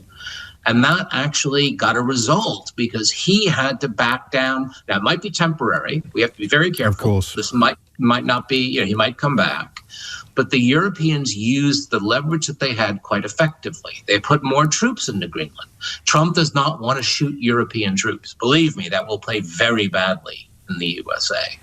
The Danes and Swedes started selling American Treasury bills or some of their pension companies. The United States does not want that. This is a real no-no. Was that the key bit of leverage? Was that, do you think, probably if you had to single one bit out? You've got European unity, you've got strong rhetoric, as you say, you've got that lovely tightrope walk between appeasing and resisting. But actually, when the Benjamins start moving, then his ears prick up. Yeah, I think that, and also the fact that it's polled really badly in the USA, even amongst Republicans. That's what I thought. That he on the whole doesn't care about what his non-base thinks. But even his base seemed rather uncomfortable with the idea of the U.S. attacking Greenland. So it all added together. And it was because the Europeans stopped kissing up to him and actually took positions that made it uncomfortable and difficult to him. So he only either could cross the Rubicon and do something that was politically really unpopular, or he had to find back down. Do you want to give your Substack a quick plug? Yeah, I wrote a piece on my Substack yesterday where I sort of went through. This morning where I went through, Trump being put in this uncomfortable situation, and that Europe needs to do this now regularly. That's the key, and that's includes Britain, which has not done it terribly well. No, will Europe learn the lesson? So if people just type Phillips O'Brien into Substack, they'll find yours, will they? Yes, they will. There we go. Professor of Strategic Studies at the University of St Andrews, and one half of what Catherine has very kindly decided to describe as the fabulous O'Brien boys, which will most certainly never catch on. It's 11:47. James O'Brien on LBC. It is 10 to 12, and you are listening to James O'Brien on LBC. I want to do something a little different now, and I think it's really important, and I wish I didn't. A, feel that we have to do it, and B, think that it's really important. I'm going to read you a report from today's news, and it takes us back to the United States of America, specifically to Minneapolis, or at least to Minnesota. Liam Ramos, a preschooler, and his father were taken into custody while in their driveway. The superintendent of the school district in Columbia Heights, a Minneapolis suburb, said at a press conference on Wednesday. Liam, who had recently turned 5, is one of 4 children in the school district who have been detained by federal immigration agents during the Trump administration's enforcement surge in the region over the last 2 weeks, the district said. Liam and his father had just arrived home when they were detained, according to Zena Stenvik, the superintendent, who said she drove to the home when she learned of the detentions. When she arrived, Stenvik said the father's car was still running and the father and son had already been apprehended. An agent had taken Liam out of the car, led the boy to his front door and directed him to knock on the door, asking to be let in, quotes, in order to see if anyone else was home, essentially using a 5-year-old as bait, the superintendent said in a statement. Stevnik said another adult living in the home was outside during the encounter and had pleaded to take care of Liam so the boy could avoid detention, but was denied. Liam's older brother, a middle schooler, came home 20 minutes later to find his father and brother missing, Stenvik said. 2 school principals from the district also arrived at the home to offer support. So that is Donald Trump's ICE officers operating in a suburb of Minneapolis this week. I think you will be able to work out where the next thing that I'm going to read to you comes from, but I am not going to tell you until I have finished. Terrible things are happening outside. At any time of night and day, poor, helpless people are being dragged out of their homes. They're allowed to take only a knapsack and a little cash with them, and even then they're robbed of these possessions on the way. Families are torn apart. Men, women and children are separated. Children come home from school to find that their parents have disappeared. Women return from shopping to find their houses sealed, their families gone. And that is from the Diary of a Young Girl by Anne Frank. The first piece, if you're just joining us halfway through or if you missed the introduction, is a report from yesterday's newspapers on events in Minnesota this week. And if you can tell me the difference between those two descriptions, one happening in the United States this week and one happening in Amsterdam during the Holocaust, then you are a wiser person than me. I'm just going to leave you to dwell upon that as we return our attention to Donald Trump, the man responsible for the federal immigration agents who undertook the behaviour that I have just described to you, behaviour that looks increasingly like the conduct described by Anne Frank in that extraordinary book, The Diary of a Young Girl. Back to the question of what we've learned this week, what we can possibly do with that information, and whether anything will make any difference to anything. Noel's in Oxford. Noel, what would you like to say? Hi, James. Good to speak to you. I really had to call in today. I listen to you in the background when I'm working from home. I don't always get a chance to speak to you, but I just had to call in for my sanity today. I hear you talking, and I think you're the only show that will actually talk truth to this kind of nation, really. You don't hear it in any of the media or anywhere else about, a sociopath who's running America. But it occurred to me that, I'm of an age group that's probably older than you and grown up in the 70s. There was always a kind of a feel that, you were in safe hands. Yeah. Bad things happened. Whatever they were, dictators came, but there was always politicians to speak up. There was always people in the media. There was a collective kind of, goodness that spoke out, and it's just silenced. And I was kind of hoping that maybe I'm kind of tripping over my words here. Hey, take your time. Yeah, I was thinking for the first time ever, even our own Prime Minister, who's been sycophantic, the royal visit, Europe, everything, they stood up collectively. And he backed down, but it wasn't a lone voice out there, just one person. It was, it was a continent of Europe that went enough. And I just wonder, will it start a movement? I mean, I remember the protests against Vietnam, tens of thousands coming to the White House, burning the flag and saying, not in our name. And nobody's doing it. Now, is it just money? I mean, would it kill us as a nation to say enough? I mean, it'll hurt us financially. I mean, whatever, tariffs. But someone, a bit like the Canadians, they have, excuse my words, but the balls to go, this guy is mad. He's bringing in Putin, a mass murdering dictator. Forget what he does to his own people. Yeah. And why isn't the press screaming? I mean, what does Putin have on him? There has to be something. The Putin, the Epstein files, all of the things that we are being constantly distracted from. But But he's scared of those two things. Clearly, but we're also distracted from what happened yesterday. So it's why I have a really love-hate relationship with Dead Cat, because it's clearly true that he is distracting from the things you've just mentioned, but he is today distracting from yesterday. But you keep repeating it, James. You keep coming back to it, and you say it's a distraction, but release the Epstein files. What has Putin got on you? I mean, it's so blatantly clear. And, you know, I hear your callers calling in. I speak to people in my local. I speak to people in work, and they feel that, you know, it's insane. But is it because our generation had it easier in terms of things were calmer? There was always someone, you mentioned that great President Carter, you know, with integrity and everything that goes with that. But are we all just too scared, too quiet? Are we all... I don't think it's that. I mean, there is some of that, obviously. Rutger Bergman's new book, which is brilliant, talks about how in times like this, and of course he draws upon events that I touched on a moment ago when I was reading from Anne Frank's book. The resistance is there, but it's never focused. You need people to stand up and provide rallying points for resistance. That happened during the Vietnam War, of course, but when body bags are coming home from a foreign country, that's a very different proposition to a population. Of course. Well, make it the example. There's a great history of rebellion in America. I mean, come on. I mean, it's in their DNA, and yet, you know, you've just been, you know, you prelude to your next chat about what these, you know, stormtroopers or ICE are doing. Even America seems to be, I don't know whether in awe or, you know, there's just no one. I'd love Keir Starmer to just come up onto stage and say, he's insane, we know it.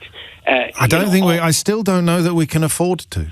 Afford to, but we can't afford not the money, just the you know, well, it is eventually money, isn't it? But it's British workers, it's British manufacturers, it's British jobs that suffer from tariffs. I mean, there is no a trade-off that's clear enough to sell to the British public. And remember, we've still got the bloke who's number one in the polls in this country is a Donald Trump fanboy.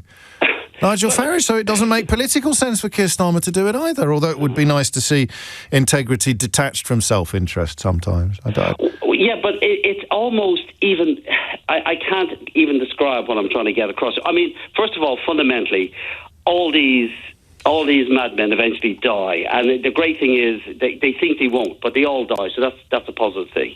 And you know, they say anthills grow and castles crumble. You know, things will change. I wish they'd hurry up and grow those anthills. I mean, I don't personally wish death upon anybody, really, with perhaps one or two exceptions, but I understand the figure of speech that you deploy. And I think part of the answer to your question is the one that I've been regurgitating endlessly today, which is the idea that we don't know what the tools are to deal with this. If the journalists don't know how to report it, how on earth are the politicians supposed to know how to stop it? James O'Brien on LBC. 4 minutes after 12 is the time. It is. Flipping heck, who forgot? Hands up if you forgot briefly. I know I mentioned it half an hour ago, but half an hour is a long time in politics. Hands up if you forgot that Miss Drow was coming up next and you were wondering how on earth we were going to be able to continue talking about Donald Trump while simultaneously reflecting that we shouldn't be talking about the thing that we're talking about. We should be talking about the thing that we should be talking about, but we're not talking about because we're talking about the thing that we shouldn't be talking about. All of which adds up to one very large reason to breathe a huge sigh of relief at the fact that it is that time of week again. If you're new to this, you're in for a treat. If you've got a question, remember, you get a better chance of getting it on the board if I have forgotten to give you a heads up at 1 minute to 12 than you do when I remember to give you a heads up at 1 minute to 12. And if you are new to it, then you should probably know that this is the only hour of the week in which I guarantee laughter. I was going to say smiles then, but that would be deflation. It's laughter that I guarantee. What happens is this. People ring in with a question, any old question, a mystery, a riddle, a conundrum, an enigma, something that must have an answer, but you're dashed if you know what it is. And the number you read, and ring, and be quick, because if you do it now, you'll get a phone line, 0345 60 60973. And then you ask the question, and then somebody else rings in and provides the answer. And it's that simple. If you provide the answer, or the question, actually, whoever makes my favourite contribution of the week has a chance of winning a Mystery Hour game, either a Mystery Hour board game or the Mystery Hour Travel Edition, which is not technically a board game because it fits in your pocket, but which is guaranteed to provide hours of fun. My decision is final. I pick that. You can find out the full terms and conditions at lbc.co.uk. And You can find out more about the game itself by going to mysteryhour.co.uk. But to get the rubric in place, you send in, or you ring in with a question, somebody else rings in with an answer, and between those two moments, the magic happens.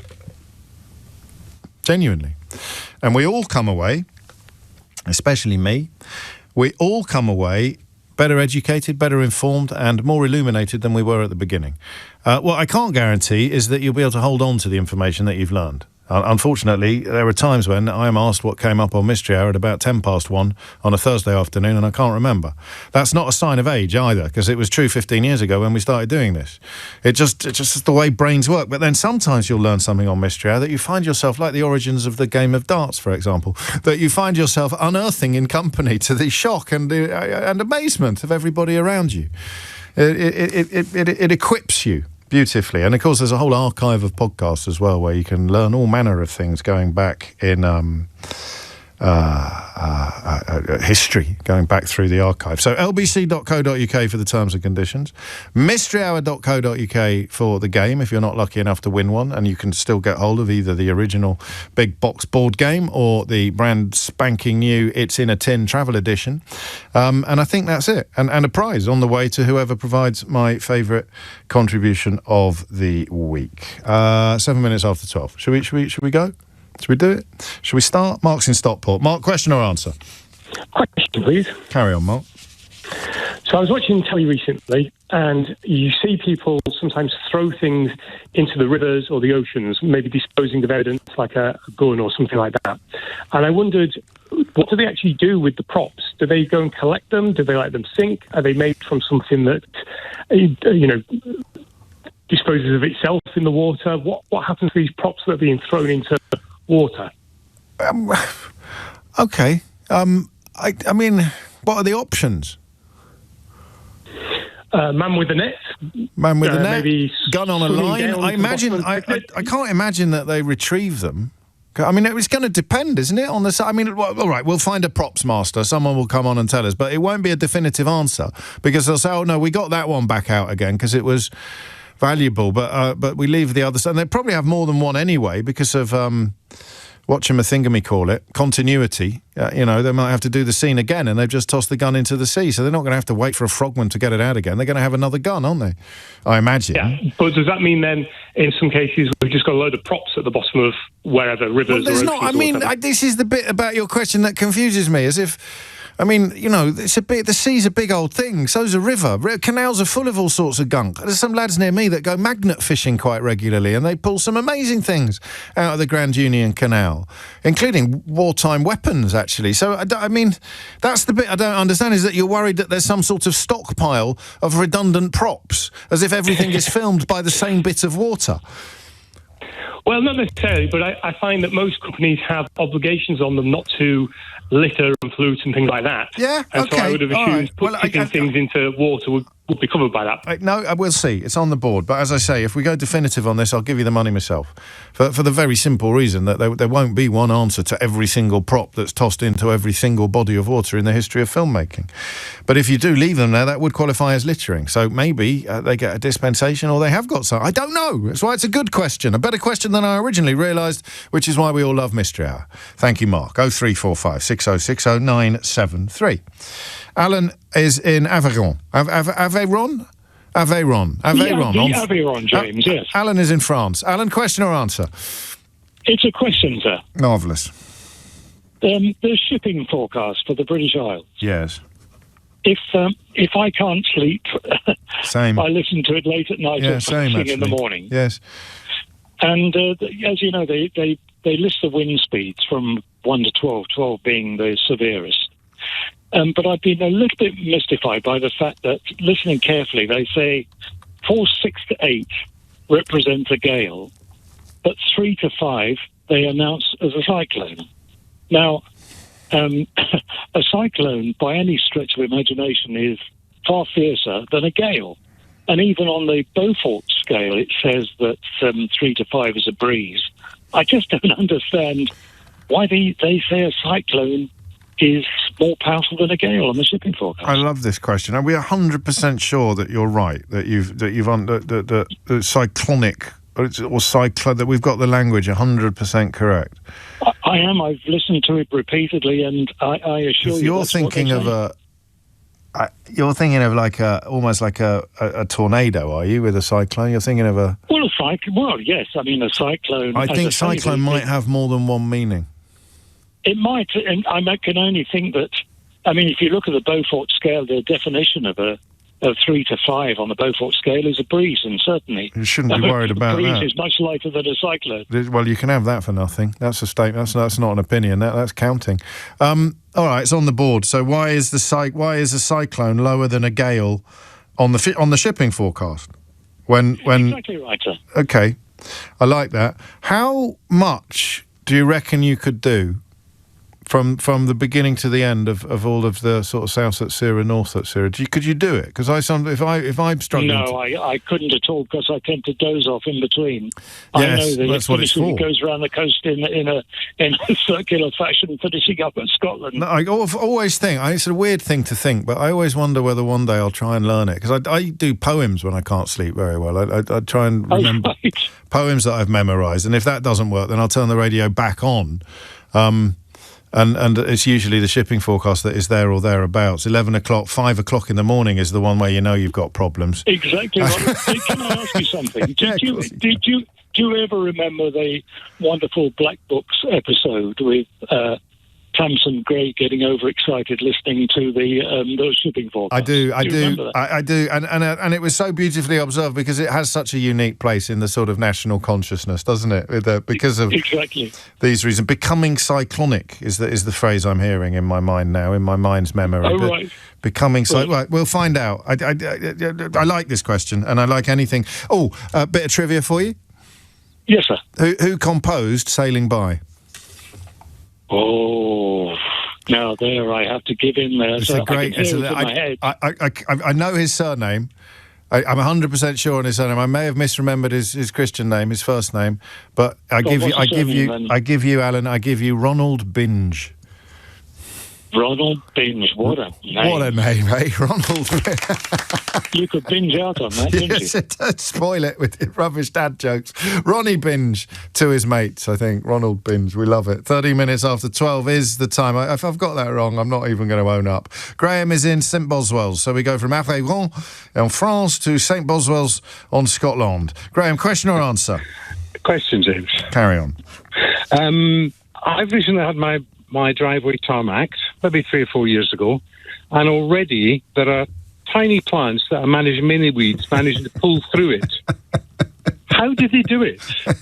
And can we draw parallels in terms of Trump and the rest of the world? Can we all be the weeds trying to pull through? The weeds in the tarmac. The weeds in the tarmac. Yeah. How does that happen? I don't want to cast aspersions upon the horny-handed sons of toil or sons of the soil that did your driveway, but they should have put down some thicker plastic, I think, before they don't automatically put plastic down. It happens everywhere. Does it? Well, I've seen it happen. Of course it does, but I didn't think it was going to happen after such a short period of time. Well, no, it does, and I just don't understand how these tiny little, weedy plants have the strength to pull through. I'm with you. And yeah, because I mean, what is the strength involved if it can? Because we couldn't punch our way through tarmac if we were buried underneath it. Not that I want anyone to try this at home, but how can a weedy little weed do it? Literally a weedy little weed. I like it. You're on, and it'll be a good one. This, as it will be obvious and yet fascinating at the same time,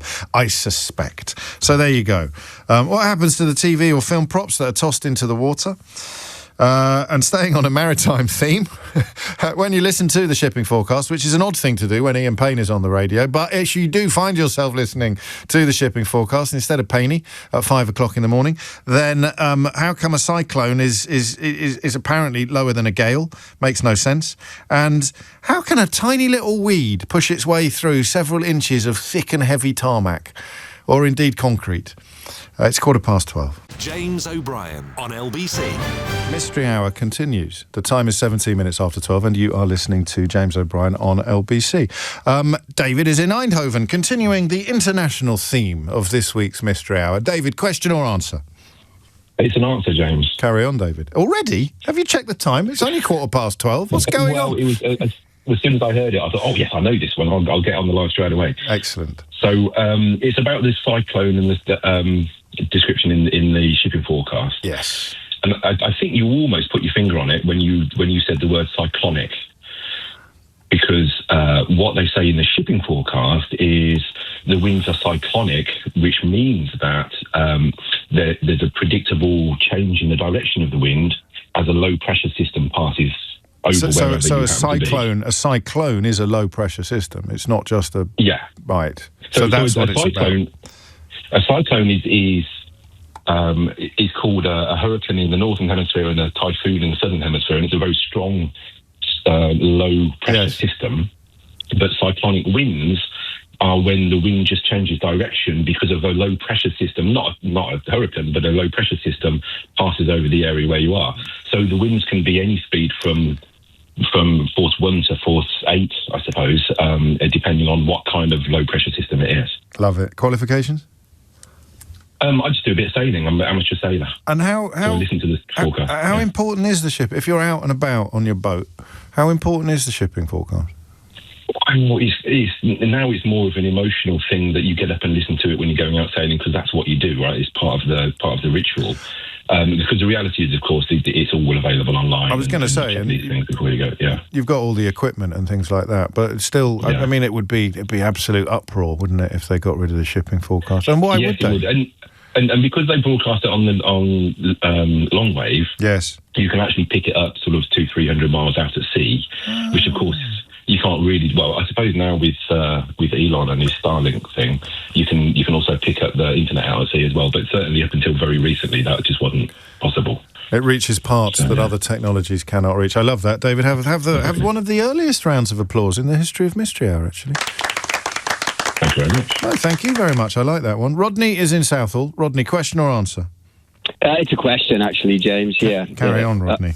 I guess we could call it, I don't know if it's archaeology or paleoanthropology question, but I wonder, how is it that humans ended up settling in completely inhospitable parts of the world, in northern Canada, in the frozen north, in Greenland or Iceland, or is that the same place, depending on how deranged you are?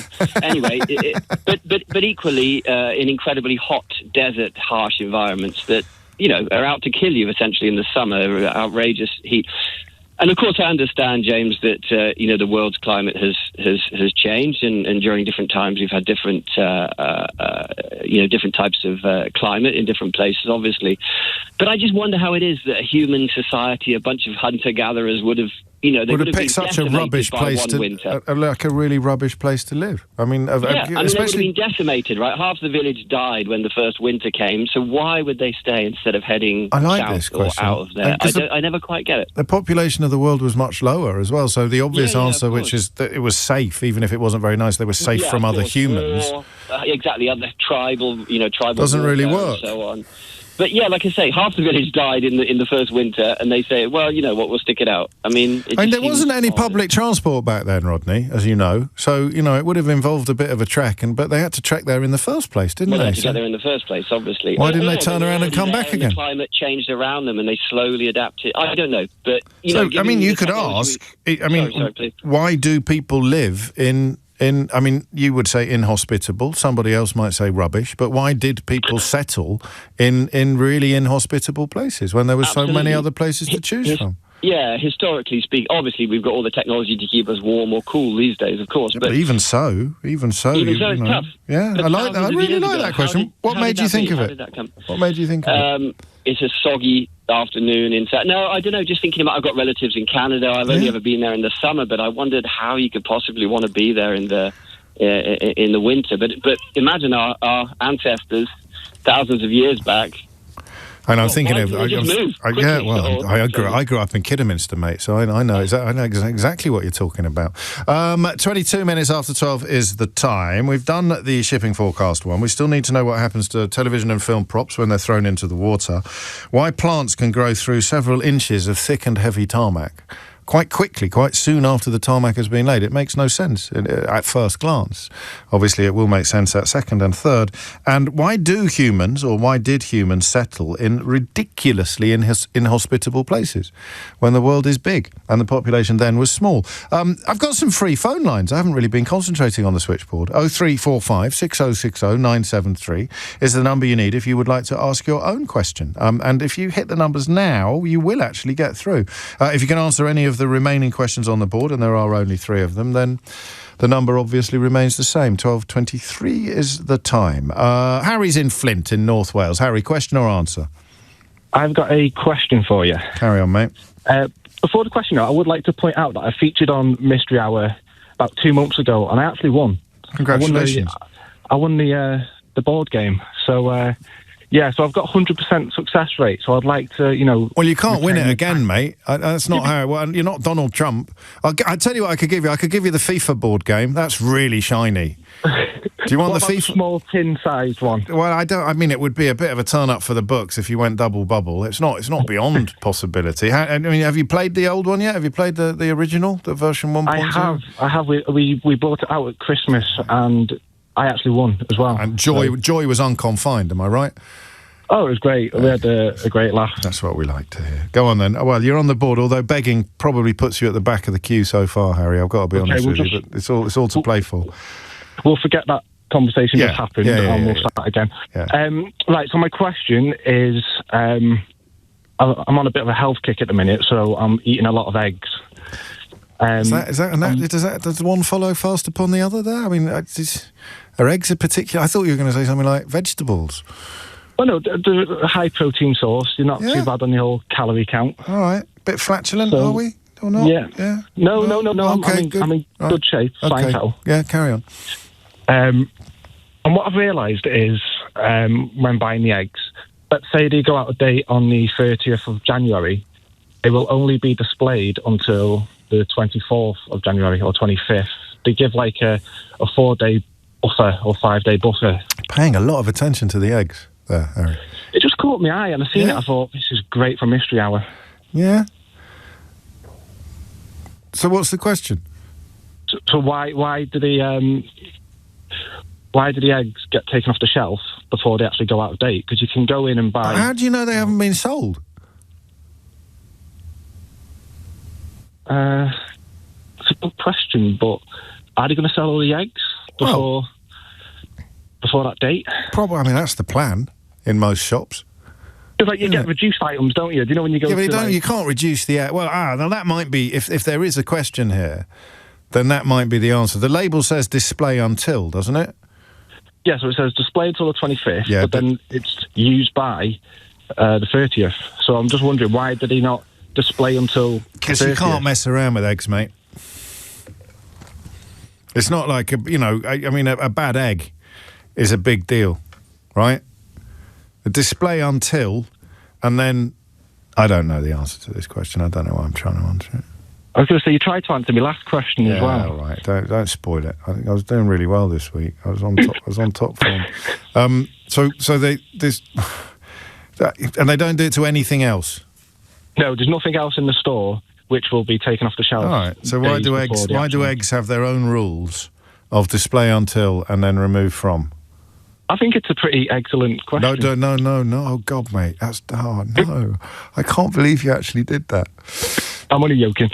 Right, that's it. He's back. Can we ban Harry, please? Can we put one of those things on his... Oh, that's it now. Thank you, Harry. I tell you who won't be winning the Mystery Hour board game this week. Tom's in Stockton-on-Tees. Tom, question or answer? Answer, please, James. Carry on, Tom. So, the tarmac issue, the answer is that the weeds don't grow through the tarmac, really. They grow on the tarmac and in the cracks. Of course they do. Oh, man, I knew that question was going to do that. It's going to provide didn't I say? I said, this will be really obvious, but also fascinating. Well, I don't know about fascinating. Well, I'm fascinated, mate, and it's my show, so it counts as fascinating. You need 2 things to make the weeds. It's organic matter and moisture. the tarmac is really good at holding the moisture, and the organic matter can come from dust, it can come from bird feces, it can come from animal feces, it could come from anything. Well, of course it could. And it's so obvious once you've explained it. So, it could actually. It's poor old Graham worried that he's only had his new tarmac down for about 3 years, and he's thinking, how the hell has it come through? And of course, it will break the tarmac as well. So the question gets reversed a bit now, because the roots will be able to sort of make their way through the tiny gaps between, well, won't they? I mean, the roots have to go down as the plant comes up. Yeah, and that can be as small as you can possibly imagine. So these tiny little micro habitats that live on your driveway, as soon as you just start fertilising that seed, those tiny roots will grow and grow and grow, make cracks widen, and jobs are good. You've got a weed. And then a bit of water gets in and freezes, and the crack gets even bigger, and the next thing you know, you've got a driveway full of potholes. And other radio presenters have got a phone in. Because we love potholes. Phone-in hosts love potholes. No potholes or driving phone-ins. All we need now is a nice pop song about potholes, and we could do a whole hour on it. So what I was saying about Graham, in a way, he was quite lucky, because you could have feasibly, you could have some organic matter growing on your freshly tarmac drive within days of it happening. 100%, and it can work with, obviously, your artificial grass and things like that as well. Obviously. That happened to me. Doesn't matter. Yeah, of course it did. So mentally you think it's coming up through it, but of course it's not. It's starting afresh on it. And it grows both ways, obviously, so you get your roots growing down and then the weed growing up. Well, I mean, I tell you what, though, what are your qualifications for this? I used to work for a manufacturer of driveway products and patios and things like that. There you go. And so people would complain. People like and Graham calling up and saying, we've just got our new driveway and it's rubbish because it's got stuff growing on it. And we're like, yeah, that's just nature. That's a seed, mate, that has been watered and started. So the moral of the story is sweep your driveway more, Graham, and others. Isn't it, though? Or get a pressure washer. Get a pressure washer. There's hours of fun to be had. And that is one of my favourite questions and answers in a very, very long time. Well played, Tom. Lovely stuff. Thanks, James. Thank you, Tom. Here's Amelia Cox with your headlines. James O'Brien on LBC. It is 12:33. You're listening to James O'Brien on LBC. Mystery Hour is underway. TV props that disappear into canals, rivers, any body of water, really, what happens to them, because you're not really allowed to toss stuff in ponds like that. Tarmac, that was beautifully answered. Why do human beings settle in really horrible places? Like, why would they do it? Because it wasn't as if, I suppose, probably they were hiding from marauding hordes, but it doesn't necessarily make sense that they wouldn't have found somewhere a little bit nicer to pitch their tents. And why do eggs have their own rules when it comes to sell by, use by and display by? Adrian's in Bristol. Adrian, question or answer? Hi, James. It's Aidan, but it's a question, please. Sorry, Aidan. That was my fault as well. I misread it. God, dear. Anyway, carry on. I'm sure you've an age enough to remember cleaning your teeth with a manual toothbrush before the dawn of electric toothbrushes. Yes. So lots of people still use, lots of people still use manual toothbrushes. When I'm travelling, so you've got to do what you've got to do, haven't you? Yeah. Go on. So I'm sure you remember dental advice, brush your teeth for 2 minutes. Is that accurate? Yeah, something like that. Yeah. And I'm pretty sure with an electric toothbrush, you've still got to clean your teeth for 2 minutes. Yeah. Why? What's the point of doing that? Where's the advantage? Why are we not getting the time saving? Oh, I see. So, well, it does. I don't know whether doing a better job. I don't know whether I really like this question or I really hate it. Well, you can't brush your teeth too much, can you? Really? Yes. You can. Apparently, there's ones that give you the right pressure on your teeth, so you don't put too much pressure on them. But I just think if you had different rules for different toothbrushes, we'd all get very confused, Aidan. Yeah, it would have been a selling point when I was. But you don't have to time it. I think it is a bit short. You don't have to time it on the electric one. It does it for you. It starts making a different buzz when you. Exactly. Yeah. Oh, yeah. So what is the advantage of an electric toothbrush? Sounds like the intro of Terminator, mine does. Yeah, it's same. Is that the question? What is the advantage of an electric toothbrush if you have to use them for the same amount of time? Basically, yeah. But it does a better job, doesn't it? It's got an oscillating head, mate. Well, yeah, I would just accept it. Well, I'd appreciate a time saving with it as well, I think. Yeah, I mean, you're probably all right doing it for a minute. Don't quote me on this to anybody in authority, but I reckon you probably, from a minute with an electric, you probably get about the same as you do for 2 minutes. Also, how many different levels of vigour are there for the manual? I mean, some people might go at it like a fiddler's elbow, and other people will be quite kind of soporific and slow when they're brushing their teeth. When the battery's on the way out, it's half speed. That's true as well. I don't know what the question is, to be honest, but I have decided that I like it. And it's going to be a variation on the. Why don't electric toothbrushes take less time than manual ones? Yeah. I've never heard it called a manual toothbrush before. I mean, yeah. Go into a shop.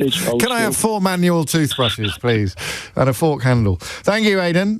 We'll see how we get on with that. Alan is in Cromer. What a beautiful part of the world. Alan, question or answer?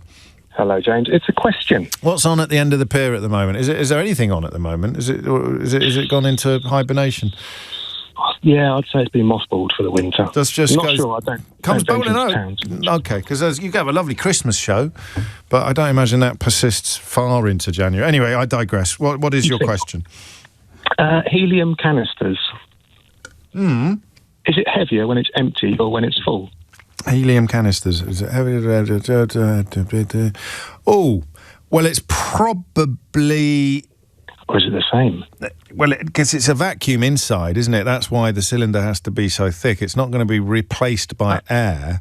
Helium canisters are quite light. If you're thinking of LPG gas... No, I'm not. I'm thinking of the stuff you fill up the party balloons with. That's the one, yeah. It's not really heavy, but it's thick. No. The walls of it are quite thick, aren't they? I don't know if they are. Like the nitrous oxide business that the kids do. It's a bit like that. Yeah, thick is a relative, I suppose, isn't it? Yeah. But anyway... So you think the question is helium heavier or lighter than air? No. Exactly. You put a canister on the scales as it's full, and it's, 5 kilos. If you empty it, is it still 5 kilos? Well, yeah, probably, unless you've got incredibly sensitive scales. No, I mean that. That is the short answer. But if you did have incredibly sensitive scales, I think it would be marginally lighter, because helium surely is lighter than nothing. It's liquid helium in there. Liquid, is it? Yeah. Okay. Because LPG, if you definitely know if an LPG bottle for your barbecue's empty or full by picking it up. Yeah.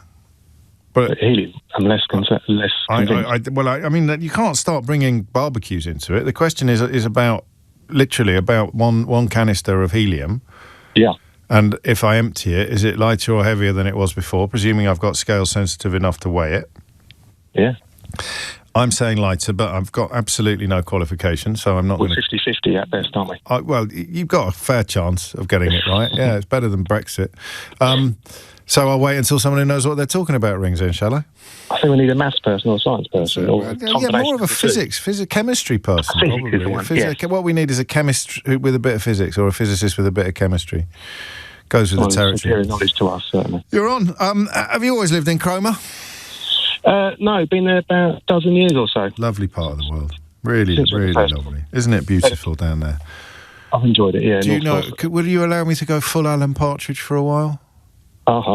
Do you know that I love the bus journey? I mean, to be honest, they should keep it secret, because it's better value than some of the stuff people pay money for. You get the bus from King's Lynn to Wells Next to Sea, have a little wander around Wells Next to Sea, and then get the bus from Wells Next to Sea to Cromer. The Coast Hopper. Oh, yeah, exactly that one, the Coast Hopper.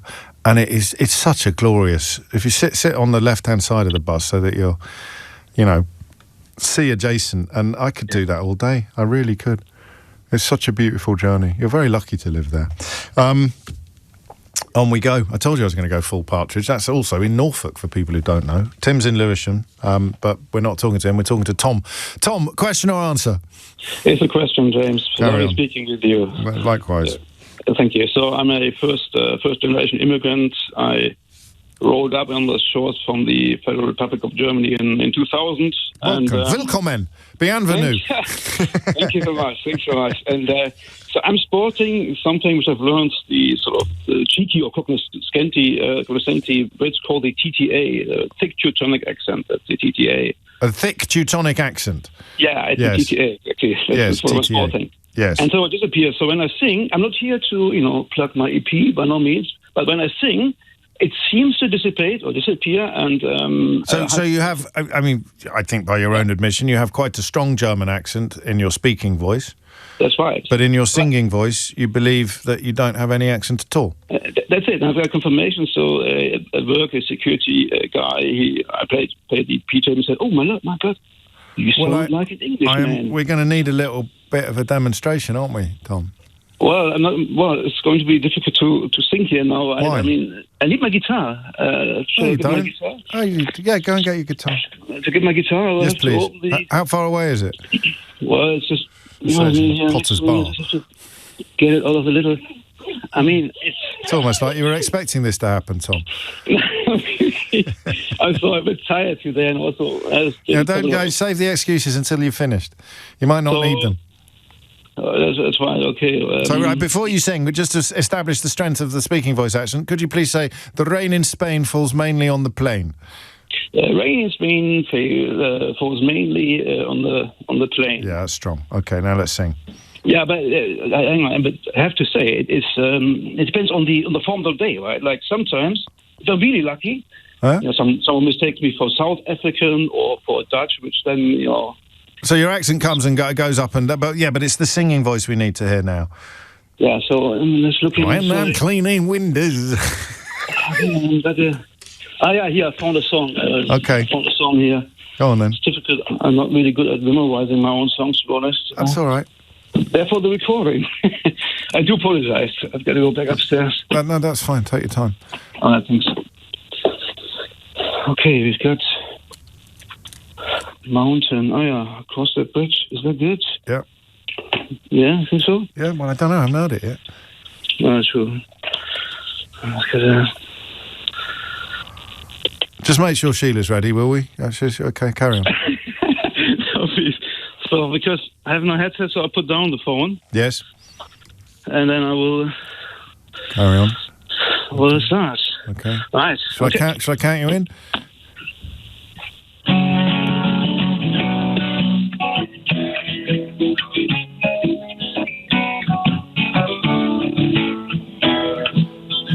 I've gone for a shorter intro.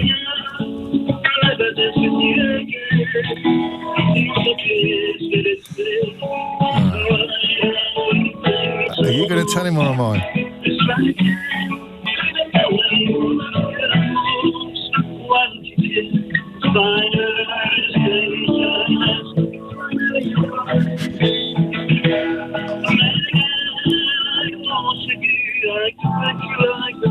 Is he going to do the whole thing, do we think? I think it suffices, right? No, that was perfect. That is uncanny. I mean, that could have been, you could have been born I mean, that was so clearly accent-free. It was a beautiful song. Beautiful. Thank you so much. Yeah. I'll put it on my next EP, and if you allow me, I will mention my please. first one.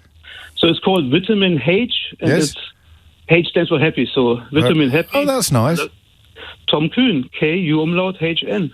As in Thomas Kuhn, the famous philosopher of science? Yeah. Just that when I arrived in 2000 and I opened my first HB account, I made the fatal mistake of not dropping the umlaut. So I resolved it into UE. Yes. Which means now all sort of 25 years of call center malarkey, Gwynne and stuff. And so, it's like the philosopher of science. So why does Thomas's voice sound so incredibly, I mean, basically could have been Hugh Grant that singing, sounds so English when he sings, but he sounds quite extremely German when he talks, still. I can speak verse, though. I can speak verse.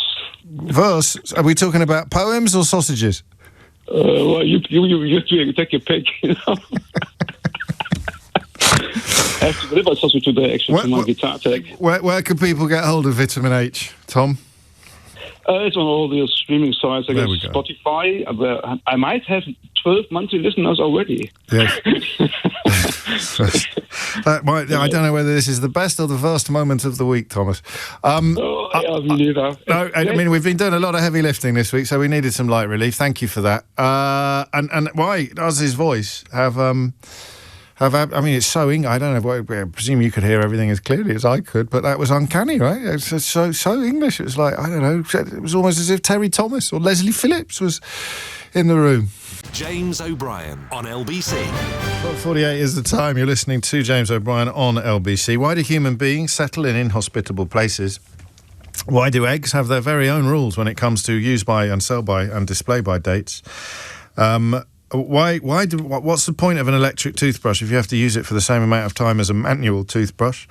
Does an empty helium canister weigh less or more than a full helium canister? And why does Thomas's quite strong German accent disappear when he sings? 03456060973. How's it? Professor Hal in the house! Question or answer?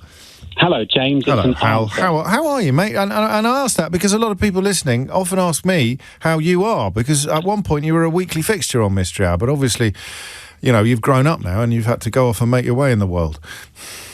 Not at all. I'm delighted. I'm teaching forensic chemistry at another slightly shyer university, but glad to be contributing as such. But James, I turned my back on Mystery Hour for 2 years, and this is what happens. I know. Helium is not a liquid. Helium boils at minus 269. Sorry, that was me. I read a text. I shouldn't have done that. I apologise. Okay. The answer to the question is absolutely. As these canisters empty, they get lighter because the gas is escaping.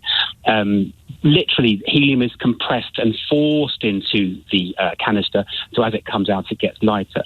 Now, the other interesting thing is helium comes from the ground. It doesn't come from the air. And it comes from the alpha decay of uranium, and it's one of the few things to leave the Earth because it's so fast and so light, it radiates out into space. So we're wasting it all on these heart-shaped Valentine balloons, which incidentally I never get. Same. And we should be keeping it. We should be keeping it. Can't be messing around with the helium. I think I knew that. You probably told me that before. I think I knew that we were playing a bit fast and loose with our helium. No, we do. We need to keep it because it's a finite resource as such. So it gets lighter. And what's in it? Is it a vacuum inside? Is that why the walls are so thick? No. What happens is the walls are so thick because it's under pressure. But what happens is as soon as the internal pressure equilibrates with the external pressure, it's just full of helium which can't come out because there's no excess pressure. But literally, what else do we need it for, Professor Hal? We need it. It's a very convenient way of getting very cold temperatures in labs. It liquefies at minus 269, and so things like CT scanners and magnetic resonance machines need it, and also the Large Hadron Collider needs it for the very cold work it does. So it's essential, and there's only about 3 or 4 mines in the country in the world that produce it. Good grief! You live and learn. Qualifications? I was delighted to be the Professor of Public Understanding of Science at the University of Brighton, but I'm a visiting professor at a different university right now. Fantastic. And here is your probably 789th round of applause. Thank you, James. No, thank you, Hal. It'll be nice to see you soon. I hope you're well. Are you at the Polish Centre anytime soon in Hammersmith? No, I was there actually about 8 weeks ago. I gave a lecture on General Sosabowski as such. No one tells me anything, because for people who don't know, Hal's grandfather is the General Sosabowski of A Bridge Too Far fame, played by Gene Hackman famously in A Bridge Too Far. But that's Hal's real life actual grandfather, and you work tirelessly keeping his memory and his spirit alive. Well, we're opening an exhibition in the Airborne Museum in Arnhem in April next year. So if you just drop me an email, I'll send you an invite for the opening, my dear chap. That'd be nice. And if I can't make it, then we'll do a hit. We'll do a live hit with you on the opening of it. So don't forget, all right? I won't forget. How delightful. I mean it. Have you seen Wayne lately? We had a conversation over Christmas, so we bump into each other from time to time. That's nice. Professor Hal, thank you very much. Mystery Hour royalty, as you could probably gather. 12:52 is the time. We gave him his round of applause, didn't we, Keith? Which we did indeed. James is in Twickenham. James, question or answer? I've got an answer for you. Carry on, then. Right. Basically, why do people settle in inhospitable places? I don't know. Why do people settle in inhospitable places? Here we go. It's all to do with seasons. When we were a hunter-gatherer society, we used to chase the food sources around, where they would be actually focused. Yeah. So if it was summer, we would be focusing on one particular food source. If it was winter, we were focusing on another. But when the seasons change, when we didn't have cities, we would be forced to move around the globe. And so basically that's why we spread out from different continents in the world. But the thing is basically when you don't have any idea of when the season's going to change and you've suddenly got an abundant food source, that's great. We're all fishing for salmon. Suddenly the winter comes in, it's frozen, and people, being as clever as we are, we're forced to specialise. So so I've got almost all of that, but the supply of salmon hasn't gone away. That's why I dig a hole in the ice, is it? Or sorry? Yeah, absolutely, exactly gosh. that. So basically, the idea is when people would follow the herds migrating around the world, some people would stay behind because they would think that the food source was here, and that's when they're stuck in a particular remote area. And then why didn't they move the next season? Because I mean, it's pretty flipping cold in some of these spots, or indeed pretty flipping hot. It certainly is, yeah. But people being what they like to know, you suddenly find that if you've spent an entire season fishing for this and you've seen this weather change, okay, we'll stay here. It's the idea: do we move on? Do we stay put? Yeah, I get that. Do you know? I get. Yeah, but it is the human condition, isn't it, to settle? We've got very, very few populations are permanently peripatetic. Oh, that's a lovely little tongue twister. A permanently peripatetic population is as rare as hen's teeth, James. Got the Bedouin, I suppose, have you? Yeah, well, that's a very interesting one because, blimey, it takes a particular, skill set to survive out in the desert, and people have done that. Oh, right. So, they've obviously found a way. And they're still elected. Yeah, right. Qualifications? Yeah, I've got a degree in archaeology. Oh, fantastic. Have a round of applause to go with it. Thanks, James. Thanks, James. 12:55 is the time. Nathaniel's in Dover. Nathaniel, question or answer? James, I've got an answer for you. Carry on. Fantastic. Perfect. So, eggs. Yes. Display dates. There is a very important reason why they have a display until and a best before date on it. Yeah. So the recommendation to retailers to manage their stock is to have a display until, so they bring the products with the shorter date to the front and put the newer products at the back so customers pick them up first. Yeah. Is there an age at which you start doing that? I did it yesterday, actually, with some cherries. There's an age that you reach to the back of the shelf to get something that's got a slightly longer shelf life on it than the front. I actually did it, and I feel a bit ridiculous. There's actually a test you can do for eggs to tell if they're good to eat, if they're past their date or not. Float them. And the date test is you get a glass of water. But this isn't unique to eggs. No, because the display until is also used on perishable foods like salads, meal deals, meats, milk. So he was wrong. The question was based on a false premise that this is only eggs that we do this to. It was, but it was misguided because some retailers don't do it anymore. And also, the eggs are going to have a longer life, aren't they, than a salad or a piece of meat? Honestly, eggs are fine. I've had eggs a month past their best before date. You've just got to be sensible. And if you put it in a glass of water and it floats, that is a bad egg. If it sinks, it's okay. Yeah, I knew that. I don't know why I knew that. I've never used it to test because, happily, I've never found myself in the need of wondering whether I should risk a dodgy egg. I only live about 4 minutes from Morrison's, mate. Qualifications? There's two. So one, I used to look after and keep therapy chickens. Oh, yeah, and lovely. I also used to run a food-based charity where I live, supplying people with out-of-date items that are safe to eat.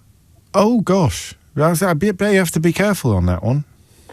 Oh, no, you'd be surprised. Anything with a best before date is edible, as long as you use your common sense about it. No, I agree with that. I'm just saying that you'd be held responsible. I'll take a risk with my own health, but I'd be a bit wary. I did it for 4 years. No, I'm saying it's good work. Yeah. Stop flipping badgering me. I'm saying it was a lovely thing to do, but I'd be a little bit wary because I can't even persuade my own family to do the smell test instead of looking at a random number on the front of the bacon. If it's gone green, stick it in the bin. If it hasn't, scoff it.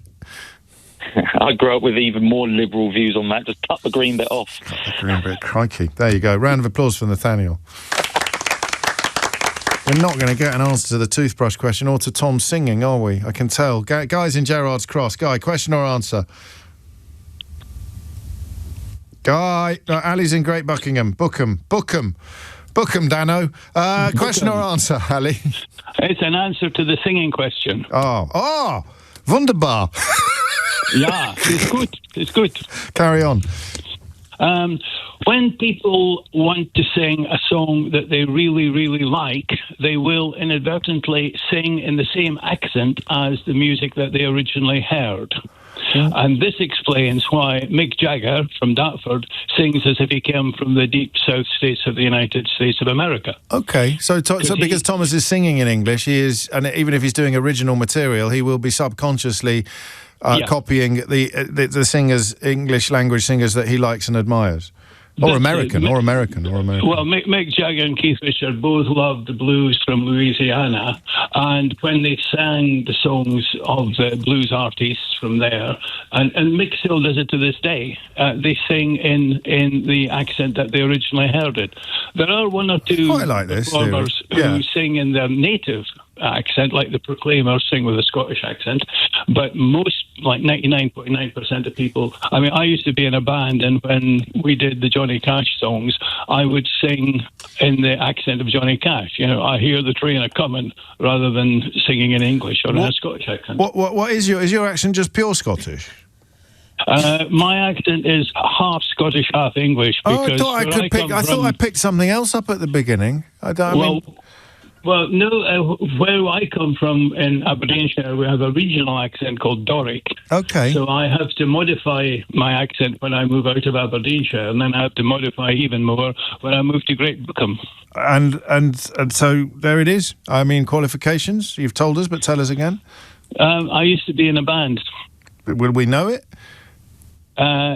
Probably not. Okay. The Ealing Jazz Club, of course, was where they. I don't know if they met there, but that was an early point for Keith Richards and Mick Jagger to indulge their love of American blues. People like Alexis Corner would have been playing there back in the day. And those jazz musicians would all, when they sang songs, they would have sang in the style of the American jazz. I'm very late for Sheila. I could do this all day, but I can't. So have a round of applause. I'm going to give the game this week to Tom, who answered the question about tarmac. I don't know why. Well, I do know why. It was my favourite contribution of the week, although there was lots of other very, very good ones. In fact, you might say they were the best. They were the No, you won't. If you missed any of today's show, you listen back and go into free global player, helps the app, stay up to date, top stories, opinions. Put the news categories in the order you want. Rewind live radio, listen to a range of podcasts, including James O'Brien Daily. Download the official LBC app for free from your app store now. Coming up at 4 on LBC, it's Tom Swarbrick, but now it's time for Sheila Fogarty. James O'Brien on LBC.